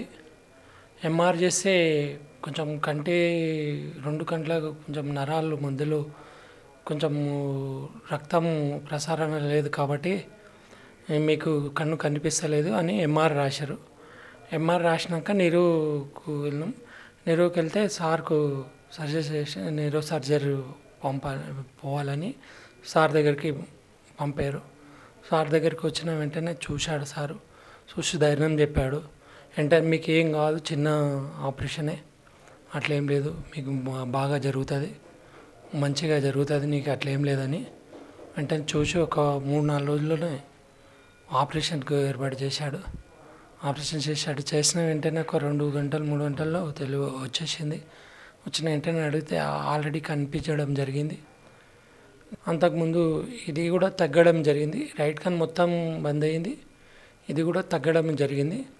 ఇప్పుడు మంచిగా కనిపిస్తుంది, బాగానే ఉంది. ముందులో మీకు చాలాసార్లు మీరు కానీ మీ ఆవిడకు కానీ మెదడు ఆపరేషన్ అంటే ప్రాణం పోతుంది, మనం ఏమీ చేయలేము, పక్షవాతాలు వచ్చేస్తాయి, మంచానికే పరిమితం అయిపోతున్న అపోహ మీకు ఉండేనా? ధైర్యము చెప్పాడు, ఏం కాదు, మీకు అప్పటి ముందు ఉన్న మిషనరీస్ల కొద్దీ మిషనరీ టెక్నాలజీ పెరిగింది కాబట్టి ఆపరేషన్ సక్సెస్ అవుతుంది, అట్లా ఏం లేదు, నువ్వు ధైర్యంగా ఉండని ఎప్పుడు అయినా ధైర్యంగా చెప్పి పంపించాడు.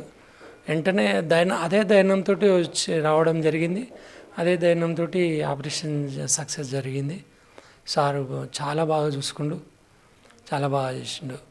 వెంటనే వచ్చి కూడా డైలీ కూడా 3 సార్లు 4 సార్లు వచ్చి చూడడం జరుగుతుంది, ఏమవుతుంది, ఎట్లయితుంది మంచిగా చెప్పడం జరుగుతుంది, ధైర్యం చెప్పడం జరుగుతుంది. ఇప్పుడు కూడా మీరు ఇంటికి వెళ్ళాక మీ వృత్తి ఏదైతే ఉన్నదో దానికి వెళ్ళిపోతారని చెప్పి మీకు ఎంత ధైర్యంగా ఉంది? మీ వృత్తికి మీరు వెళ్ళిపోతారు? ఇప్పుడే ఉంది సార్, నాకైతే 100% ధైర్యం ఉంది. ఇందాక చెప్పినట్లు మనం ఈ ప్రోగ్రామ్ కండక్ట్ చేసేది పేషెంట్ అవేర్నెస్ గురించి అండి.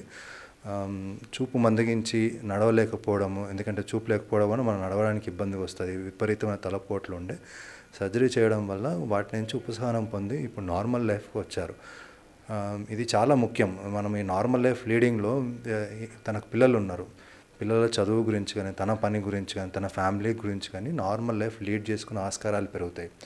ఏదైతే కంతికి మనం ఆపరేషన్ చేసామో అది బయాప్సీ రిపోర్ట్ ఇంకా రావాలి, కానీ మా అనుభవంతో అది క్యాన్సర్ కాని కంతి అని చెప్పి మనకు తెలుస్తూ ఉన్నది.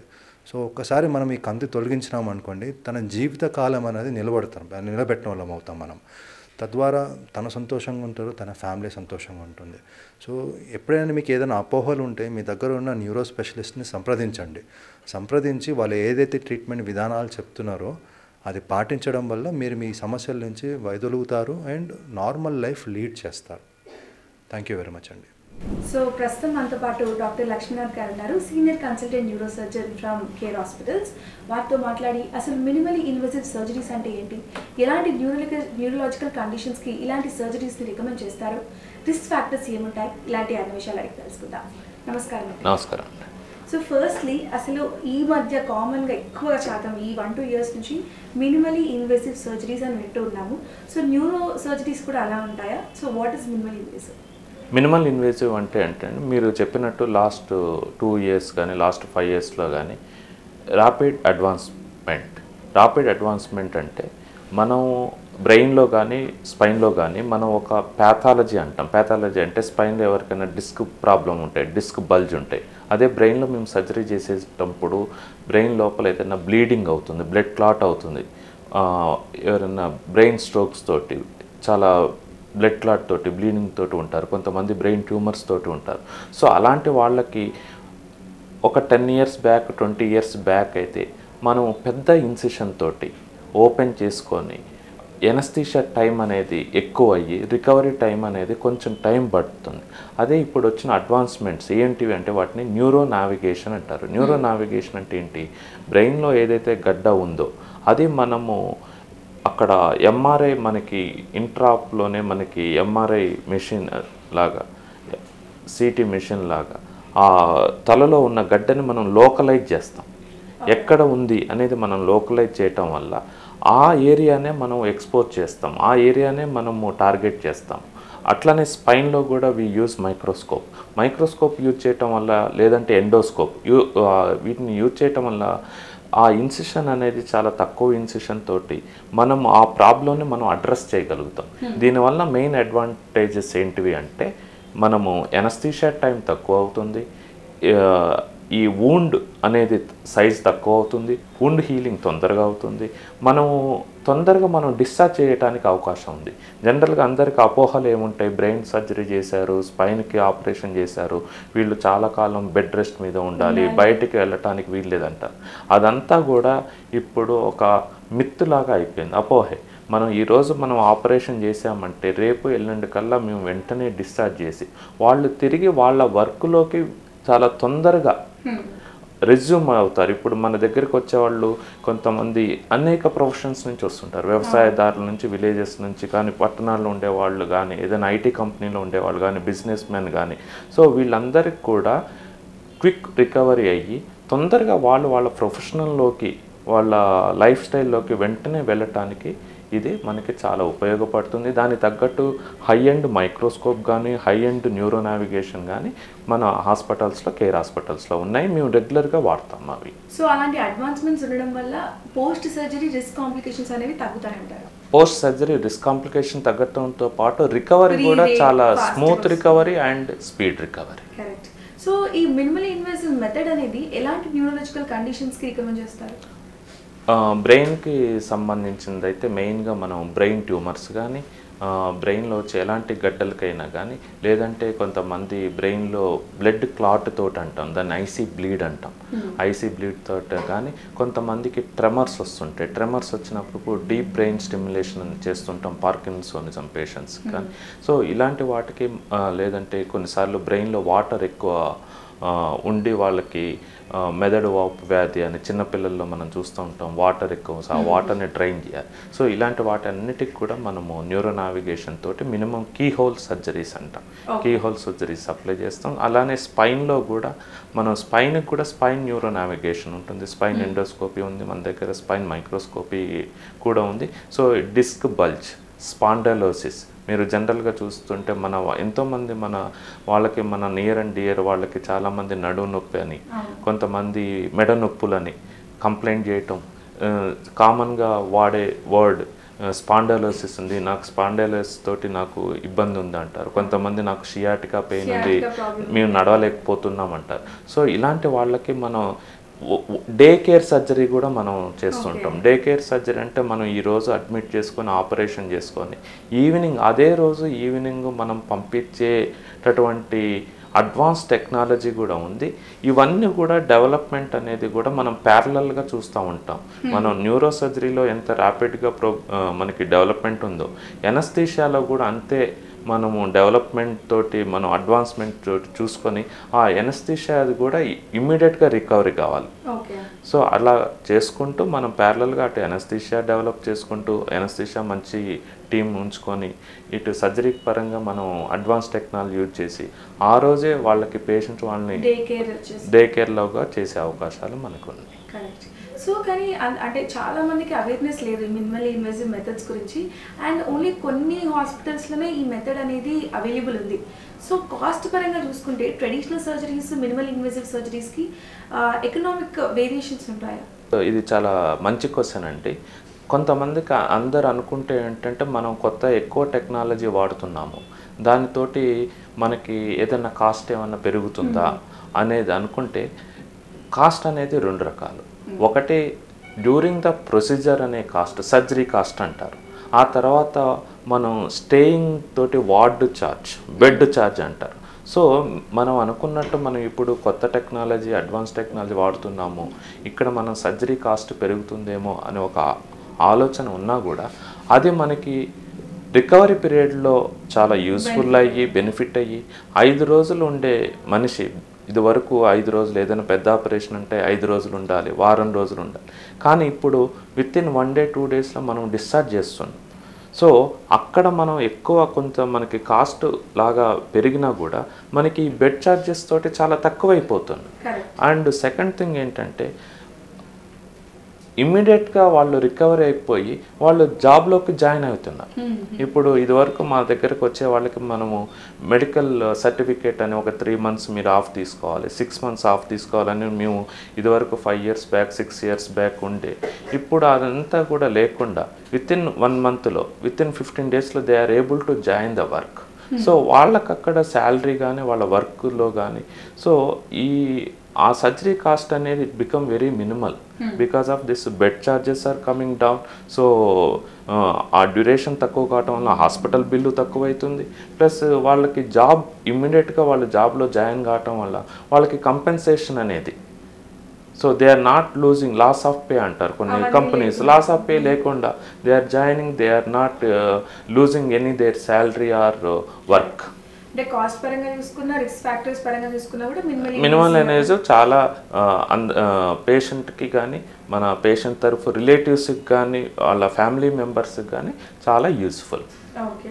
సో ఇప్పుడు ఇన్సూరెన్స్ కానీ స్కీమ్స్ కానీ ఉన్న వాళ్ళు దాంట్లో కూడా ఈ మినిమల్ ఇన్వేసివ్ మెథడ్కి అంటే అవైలబుల్ ఉంటుందా అంటే చేసుకోవచ్చు? జనరల్గా ఇన్సూరెన్స్ కంపెనీలు అన్నీ కూడా మనకి మినిమల్ ఇన్వేసివ్ వాటికి సపోర్ట్ ఇస్తూ ఉన్నాయి. వాటికి మనము రియంబర్స్మెంట్ కానీ మనం ఇన్సూరెన్స్ కానీ అప్లై చేసుకోవచ్చు. ఓకే. సో ఇప్పుడు అంటే మీరు అన్నట్టు ఈ 2 to 5 years నుంచి ఈ మినిమల్ ఇన్వేసివ్ అనేది ఇప్పుడు మంచిగా అంటే ట్రెండ్లోకి వచ్చింది and everyone is getting to know. So future ఎలా ఉండబోతుంది అంటారు మినిమల్ ఇన్వేసివ్ పర్టికులర్ న్యూరో సర్జరీస్కి సంబంధించి? ఒకటే ఒక ఆబ్జెక్టివ్ అండి. యాజ్ ఎ న్యూరో సర్జన్ మనం పేషెంట్ ఏ ప్రాబ్లం తోటి వచ్చినా సాధ్యమైనంత వరకు వాళ్ళకి మినిమల్ ఇన్వేజివ్ అంటే చాలా తక్కువ ఘాటుతోటి తక్కువ ఓపెనింగ్ తోటి అండ్ మినిమం టిష్యూ ఇంటరాక్షన్ మనము ఎక్కువ బ్రెయిన్ సర్ఫేస్ని ఓపెన్ చేసి ఎక్కువ నార్మల్ బ్రెయిన్ని ఎక్స్పోజ్ చేసి దాన్ని డిస్టర్బ్ చేయకుండా it is a target based surgeries. So మనం బ్రెయిన్ ట్యూమర్కి ఆపరేషన్ చేస్తున్నాం. ఓన్లీ ఆ బ్రెయిన్ ట్యూమర్నే మనము దాన్ని టచ్ చేసి దాన్ని ఆపరేషన్ చేసి మిగతా సరౌండింగ్ బ్రెయిన్ని డిస్టర్బ్ కాకుండా మనం తీయగలుగుతున్నాం. సో మనం వాటిని తీయగలుగుతున్నాం కాబట్టి వాళ్ళకుండే ఇదివరకు అంటారు ఆపరేషన్ చేసుకుంటే బ్రెయిన్ ఆపరేషన్ చేసుకుంటే మెమరీ డిస్టర్బెన్స్ వస్తాయి, లేదంటే కాళ్ళు పెరాలసిస్ వస్తాయి. ఇప్పుడు అలాంటిది ఏమి డిస్టర్బెన్స్ కాకుండా ఇమ్మీడియట్ రికవరీ అంటే ఇదివరకు మనకి బయట చిన్న చిన్న ఆపరేషన్లు ఎట్లా ఉన్నాయో ఇప్పుడు బ్రెయిన్ ట్యూమర్ సర్జరీ కూడా అట్లా అయిపోయింది. So we're making it very simple, very with quick recovery main and speedy recovery without any complication. వాళ్ళకి ఎలాంటి సైడ్ ఎఫెక్ట్స్ లేకుండా కాంప్లికేషన్స్ లేకుండా తొందరగా రికవరీ అవ్వటానికి ఆ ఆబ్జెక్టివ్ తోటి మనము ఇంకా ఎక్కువ అడ్వాన్స్మెంట్స్ తోటి ఇది క్రేనియల్ ఎండోస్కోపీ ఉంది. క్రేనియల్లో కూడా బ్రెయిన్ ట్యూమర్ సర్జరీస్ కూడా మనం ఓపెన్ చేయం, ఇట్లా ఓపెన్ చేయకుండా ముక్కు ద్వారానే మనం ఎండోస్కోపీ తోటి మనం ఆపరేషన్ చేయటము. సో చాలా తక్కువ ఎట్లయితే మనకి ఇప్పుడు అపెండిక్స్ కానీ గాల్ బ్లాడర్ కానీ లాప్రోస్కోపీ తోటి ఎలా అయితే చేస్తున్నారో క్రేనియల్ సర్జరీస్ కూడా ఎండోస్కోపీ తోటి మనము మినిమల్ ఘాట్ తోటి చేస్తున్నాము. ఇంకా మీరు ఈ మేల్స్ ఫీమేల్స్లో ఇప్పుడు వర్కింగ్ ఉమెన్ ఉన్నారు. సో వర్కింగ్ ఉమెన్లో మేము ఆపరేషన్ చేసేటప్పుడు హెయిర్ రిమూవల్ ఉంటుంది. ఇదివరకు ట్రెడిషనల్గా మొత్తం వాళ్ళంతా హెయిర్ అంతా తీసేసి ఇన్ఫెక్షన్స్ అని వాటికి హెయిర్ మొత్తం తీసేయాల్సి వస్తుంది. అప్పుడు వాళ్ళు బయటికి వెళ్ళటానికి social life will be disturb. ఇప్పుడు ఏం చేస్తున్నామో ఆ మినిమల్ ఇన్వేజ్ తోటి హెయిర్ అనేది మొత్తం ప్రిజర్వ్ ఉంటుంది. ఓన్లీ ఎక్కడైతే ఆపరేషన్ చేయాలో ఆ చిన్న లైన్లోనే హెయిర్ రిమూవ్ చేస్తాం. సో దట్ వర్కింగ్ ఉమెన్కి బయటకు వెళ్ళటానికి వాళ్ళ వర్క్లోకి తొందరగా రెజ్యూమ్ కావటానికి కూడా లేదంటే వాళ్ళ సోషల్ లైఫ్ కూడా ఎలాంటి డిస్టర్బెన్స్ ఉండదు. ఎస్. సో దీంట్లో సక్సెస్ రేట్ ఎంత ఉంటుంది? అండ్ ఒక్కసారి మినిమల్ ఇన్వేసివ్ మెథడ్ యూజ్ చేస్తే అంటే మళ్ళీ కూడా దాన్ని చేసుకోవచ్చా? రెండోసారి చేసుకోవచ్చు. ప్లస్ మీరు అన్నట్టు సక్సెస్ రేట్ అంటే it is case to case ఉంటుంది. సాధ్యమైనంత వరకు ట్యూమర్ తక్కువ సైజ్ తక్కువ ఉంది లేదంటే అది పర్లేదు అన్నప్పుడు కొన్నిసార్లు చేస్తాం.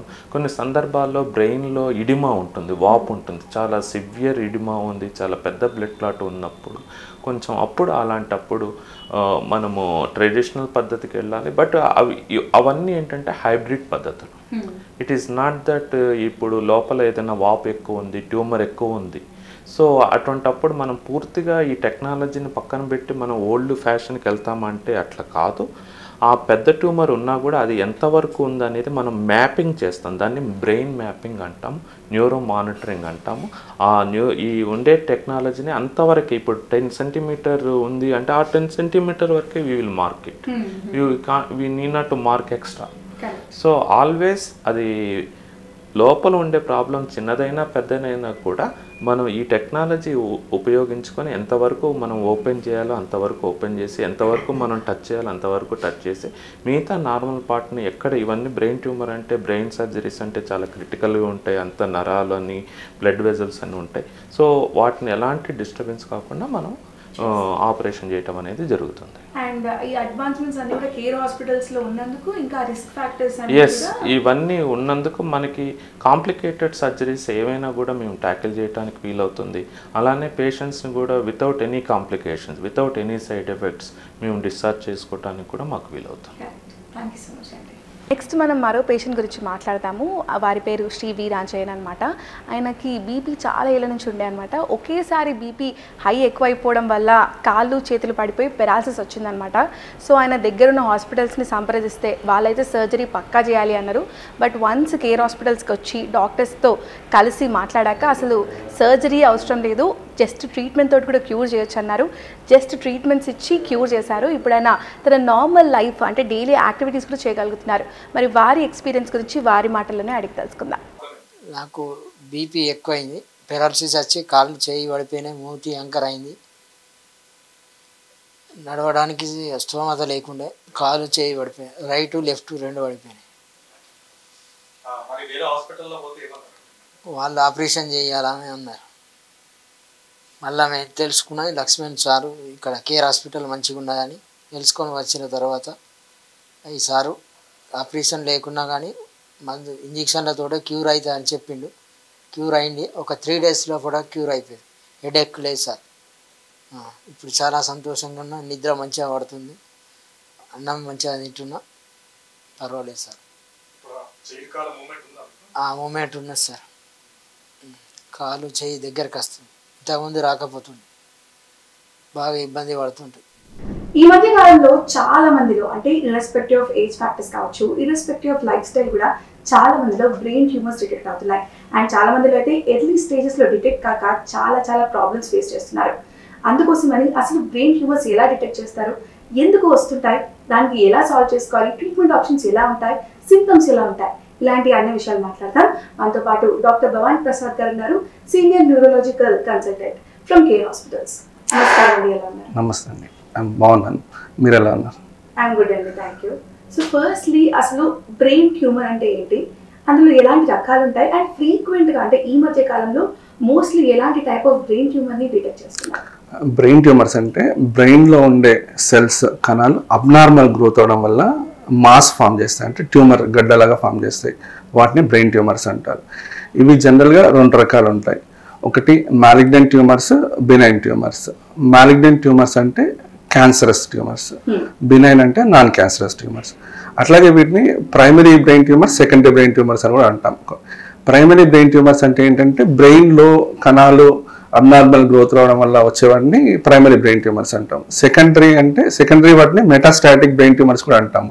అంటే బాడీలో ఏదన్నా ఆర్గాన్లో క్యాన్సర్ అవ్వడం వల్ల అది బ్లడ్ ద్వారా స్ప్రెడ్ అయ్యి బ్రెయిన్కి రావడం వల్ల వచ్చే ట్యూమర్స్ని సెకండరీ ఆర్ మెటాస్టాటిక్ ట్యూమర్స్ అంటాం. లైక్ లివర్లో ఉంటే లేదంటే లంగ్లో ఉన్నప్పుడు అట్లాంటి ట్యూమర్స్ బ్రెయిన్కి వస్తే వాటిని సెకండరీ ట్యూమర్స్ అంటాం. ఓకే, అంటే మోస్ట్లీ ఎలాంటి టైప్స్ ఆఫ్ బ్రెయిన్ ట్యూమర్స్ని ఈ మధ్య ఫ్రీక్వెంట్గా చూస్తున్నారు? సో బ్రెయిన్ ట్యూమర్స్ ఇంతకుముందు చెప్పినట్టు 2 రకాలు, క్యాన్సరస్, నాన్ క్యాన్సరస్. పెద్దవాళ్ళలో ఎల్డర్లీ గ్రూప్లో వచ్చేటివి జనరల్గా క్యాన్సరస్ ట్యూమర్స్ ఉంటాయి. అట్లాగే మరీ చిన్న వాళ్ళలో లైక్ లెస్ దాన్ 10 years వాళ్ళలో కూడా క్యాన్సరస్ ట్యూమర్స్ వస్తూ ఉంటాయి. ఇంకా మిడిల్ ఏజ్ గ్రూప్లో జనరల్గా బినైన్ ట్యూమర్స్ వస్తూ ఉంటాయి అన్నట్టు. ఓకే, అంటే ఇప్పుడు ఇప్పుడు బ్రెయిన్ ట్యూమర్స్ కి సింప్టమ్స్ ఎలా ఉంటాయి?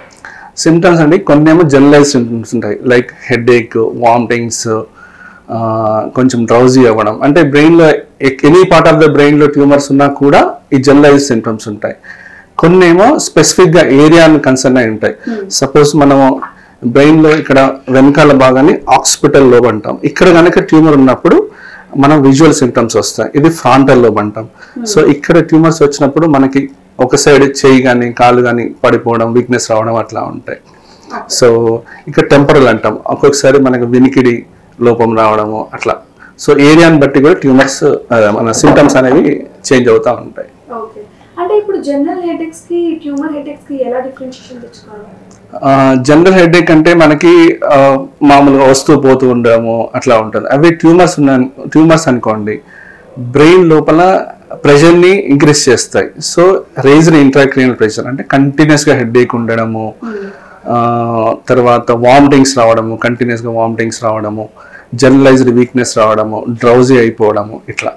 సో నార్మల్ హెడేక్స్కి ఇవన్నీ సిమ్టమ్స్ ఎక్కువగా ఉండవు. ఓకే, సో కానీ మేజర్గా అంటే కాజెస్ ఏమంటారు ఈ బ్రెయిన్ ట్యూమర్స్కి? అంటే చిన్నపిల్లల్లో వస్తుంది, ఏజ్ ఫ్యాక్టర్లో వాళ్ళకి వస్తుంది? So actually most of the ట్యూమర్స్కి రీజన్స్ అంటే ఏముండవండి. ఎలా వస్తాయంటే మ్యూటేషన్స్ ద్వారా వస్తాయి. సడన్గా ఎవరికైనా రావచ్చు. కంపల్సరీ ఫ్యామిలీలో ఉండాల్సిన ఎవరికైనా ముందు ఉండాల్సిన అవసరం లేదు.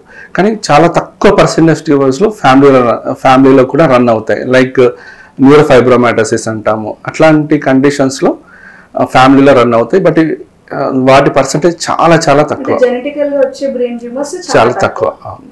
ఓకే, అంటే కానీ కాజెస్ మాత్రం అంటే ఇప్పుడు కొంతమంది లైఫ్ స్టైల్ అంటారు, కొంతమంది వేరియస్ కాజెస్ చెప్తూ ఉంటారు, అవన్నీ ఎఫెక్ట్ అవుతాయా నిజంగా? లైఫ్ స్టైల్ అంటే ఇప్పుడు సపోజ్ మనము సెడెంటరీ లైఫ్ స్టైల్ ఎక్కువగా ఉంటే, సో ఈ స్మోకింగ్, ఆల్కహాల్ ఉంటే నేను చెప్పినట్టు మిగతా ఎక్కడైనా ఆర్గాన్స్లో ట్యూమర్స్ వచ్చినా అవి స్ప్రెడ్ అవి అట్లా రావడానికి కారణం ఉంటుంది. ఓకే, సో మీరు అన్నారు కదా క్యాన్సరస్ ట్యూమర్స్ ఉంటాయి, నాన్ క్యాన్సరస్ ట్యూమర్స్ ఉంటాయి. రెండిట్లో సివియారిటీ ఎలా ఉంటుంది? అంటే ఏది ఎక్కువ risky? Yeah, non cancerous tumours ఏవైతే ఉన్నాయో స్లో గ్రోయింగ్ ఉంటాయి. అంటే over a period of years, so 2 mm 3 mm అట్లా స్లోగా గ్రో అవుతూ ఉంటాయి ఇయర్లీ. సో అదే నాన్ క్యాన్సరస్ ట్యూమర్స్ అయితే ర్యాపిడ్లీ గ్రోత్ ఉంటుంది. సడన్గా సిమ్టమ్స్ ఒక 1 weekలో 10 daysలో డిటోరేట్ అయ్యే అవకాశం ఎక్కువ ఉంటుంది. ఓకే, సో సిమ్టమ్స్ ఎన్ని డేస్ నుంచి అంటే ఎన్ని డేస్ వరకు మనకు అర్థం అవుతుంది? లైక్ ఈ ఇన్ని డేస్ అవుతుంది, we have to go and checkup అని. అంటే ఎందుకంటే ఎర్లీ డిటెక్షన్ లేకపోవడం వల్లనే చాలా మందిలో క్యాన్సర్ సివియారిటీ పెరిగిపోతుంది. ఈ ట్యూమర్స్ నుంచి క్యాన్సర్ కన్వర్ట్ అవ్వడం, దాని తర్వాత ఇంకెక్కువ అవ్వడం. సో ఎన్ని డేస్ కి ఆ డిటెక్షన్ తీసుకోవాలి? డిటెక్షన్ ఎలా ఉంటుంది? ఎన్ని డేస్ అని మనం వెయిట్ చేయాల్సింది లేదండి. సిమ్టమ్స్ రాగానే it's better to consult physician are surgeon.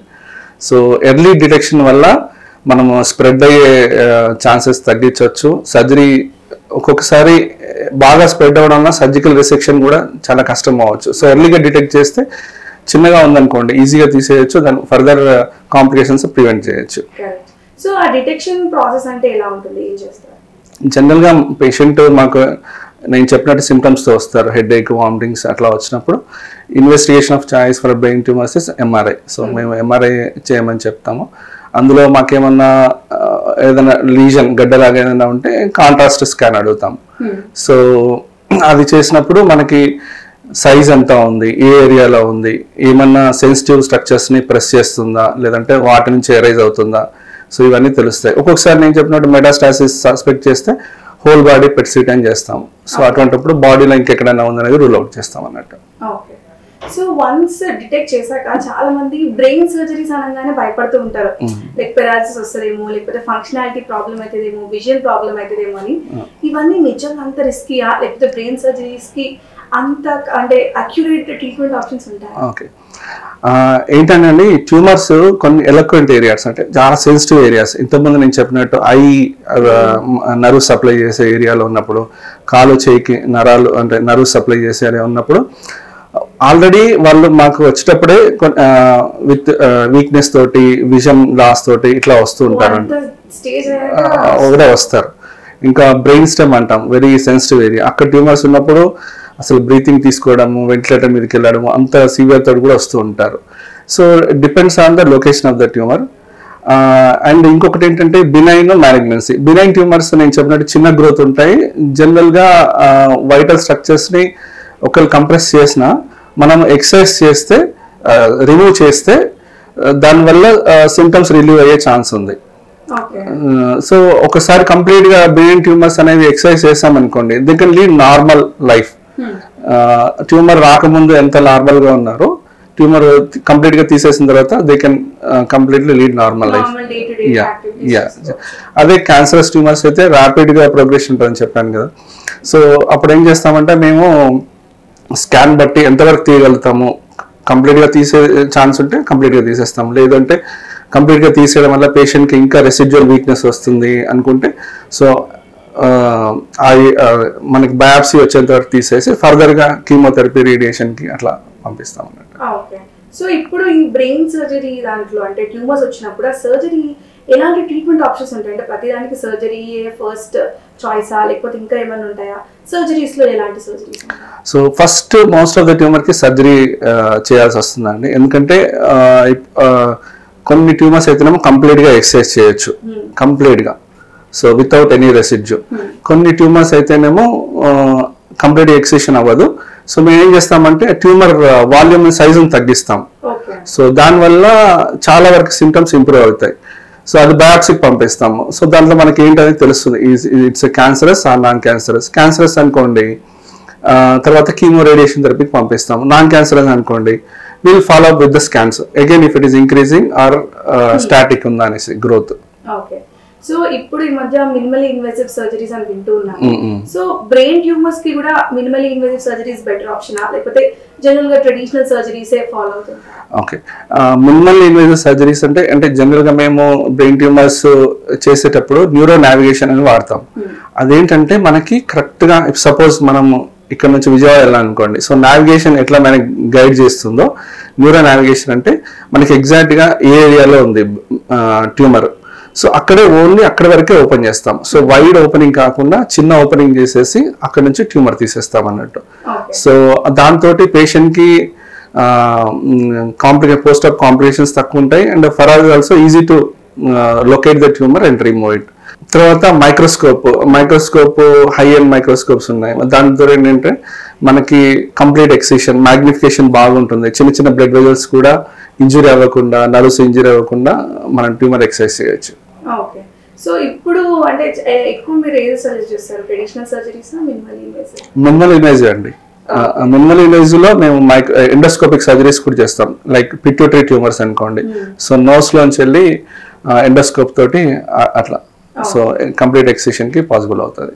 Okay, so మరి ఈ బ్రెయిన్ ట్యూమర్ సర్జరీస్ కి అయితే చాలా రిస్క్ ఫ్యాక్టర్స్ ఉంటాయి జనరల్ గా, ఎందుకంటే పక్కన ఏ బ్లడ్ వెసల్ డిస్టర్బ్ అయినా కూడా కాంప్లికేషన్స్ వస్తాయి అంటారు.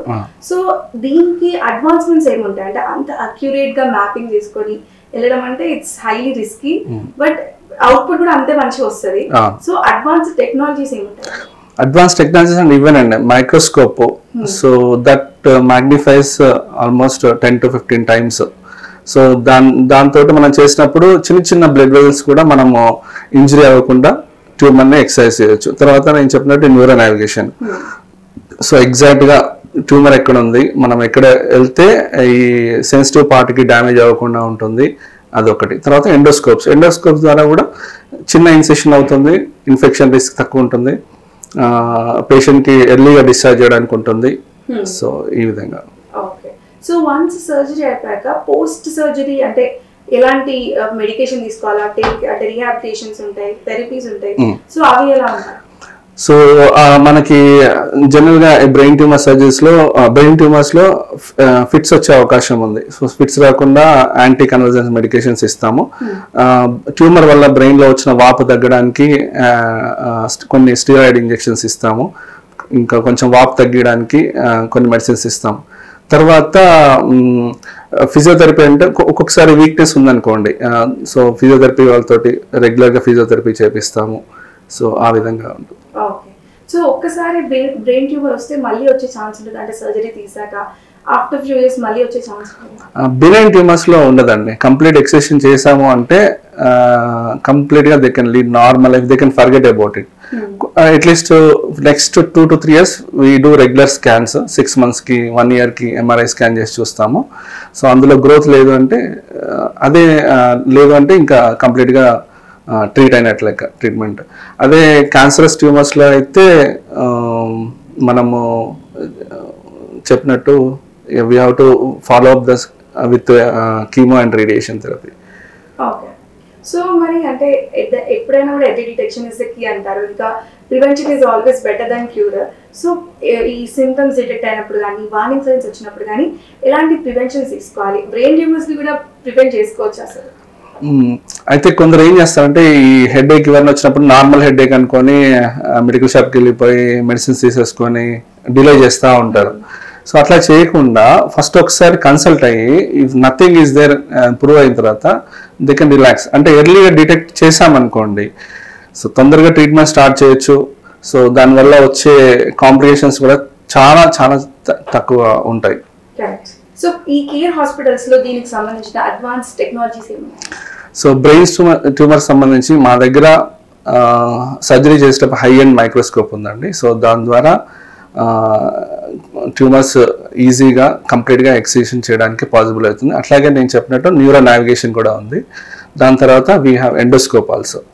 So these are the main equipment we have, and as well radiation side nunchi kuda we have very good equipment for cancerous tumors. Okay. As well as we have medical oncologist, so fully equipped. Non cancerous aina ememi advancements kavalo kuda avani yeah you have it. Our hospital is fully equipped, like surgical wise, medical oncology wise, as well as radiation oncology wise. So anni okate దగ్గర ఉన్నాయి కాబట్టి ఆ comprehensive treatment అనేది patient కి ఈజీగా ఉంటుంది. ఒక centre లో all the treatment modalities are available. So చూసారు కదా, యాక్చువల్గా early detection is always key అనమాట. ఇట్లా సివియర్ స్టేజెస్కి వచ్చినప్పుడు, అంటే హెడేక్స్ వచ్చినప్పుడు నెగ్లెక్ట్ చేసుకుంటా ఉండకుండా కాకుండా డిటెక్షన్గా వచ్చి ఇన్వెస్టిగేట్ చేసుకొని స్కాన్స్ తీసుకొని ఒక స్టెప్ ముందుకు వేయడమే ఇంపార్టెంట్. అండ్ ఇలా కాంప్రహెన్సివ్ ట్రీట్మెంట్స్ ఉన్న హాస్పిటల్స్ని చూస్ చేసుకోవడం ఇంకా ఇంపార్టెంట్, ఎందుకంటే అడ్వాన్స్డ్ టెక్నాలజీస్ ఉంటాయి. ఎట్ ద సేమ్ టైం దానికి రిలేటెడ్ అయిన మిగతా ఆంకాలజీ డిపార్ట్మెంట్ కూడా అవన్నీ కేర్ కూడా ఇక్కడే లభిస్తుంది అనమాట. So you can come to Care hospitals. So already care హాస్పిటల్స్లో ట్రీట్మెంట్ పొందిన శ్రీ నిరంజన్ గారు ఉన్నారు. వారి ఎక్స్పీరియన్స్ని కూడా వారి మాటల్లో అడిగి తెలుసుకుందాము. బ్యాక్ పెయిన్ అండి, ఇదివరకు అక్కడ వేరే చోట హాస్పిటల్ ఆపరేషన్ అయింది. ఇప్పుడు మళ్ళీ 1 yearకి ఇట్లా సేమ్ పొజిషన్, L4 L5లో గ్యాప్ ఎక్కువై నరం క్రష్ అయిపోతుంది, పెయిన్ వస్తుంది. లెఫ్ట్ లెగ్ క్రషింగ్ అయిపోతుంది, లెఫ్ట్ లెగ్లో పెయిన్ వస్తుంది. అంటే మళ్ళీ ఇక్కడ భవానీ ప్రసాద్ గారు అక్కడ చేశారు. అక్కడ మళ్ళీ సేమ్ ఈడే ఉన్నాడంటే ఇక్కడికి వచ్చేసామండి.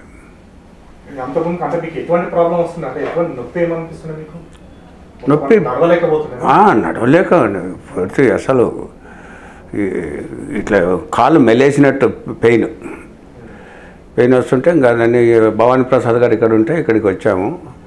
ఆయన ఆపరేషన్ చేశారు. ఇప్పుడైతే బాగానే ఉంది ప్రజెంట్. మీరు పని ఏం చేస్తారు? Mechanical engineering. సో అంటే మీకు మీ పని చేసే టైంలో మీకు ఇబ్బంది కలిగేదా బాగా? చాలా అంటే పని చేసేవాడిని, అసలు చేసేవానే కాదు, చాలా ఇబ్బందిగా ఉండేది. ఇప్పుడు ప్రస్తుతం ఎలా ఉంది?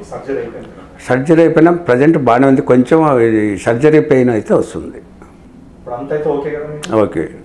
సో చూసారు కదా, బ్రెయిన్ రిలేటెడ్ ప్రాబ్లమ్స్ అయినా, స్పైన్ రిలేటెడ్ ప్రాబ్లమ్స్ అయినా, ఏవైనా కూడా early detection is always key. And ఎలాంటి ప్రాబ్లమ్స్ డిటెక్ట్ అయినప్పుడు ఫస్ట్లీ మనం కరెక్ట్ టెక్నాలజీస్ ఉన్న హాస్పిటల్ని చూస్ చేసుకోవాలి. అంటే అడ్వాన్స్మెంట్స్, న్యూరో నావిగేషన్ కానీ, ఎండోస్కోపీ కానీ, మినిమలీ ఇన్వెసివ్ మెథడ్స్ యూజ్ చేసే హాస్పిటల్స్ అనమాట. ఇవన్నీ కూడా మన కేర్ హాస్పిటల్స్లో అవైలబుల్ ఉన్నాయి. So if you are facing any difficulties, come to Care Hospitals. ఇది వాళ్ళ ఎన్టీవీ. Thank you.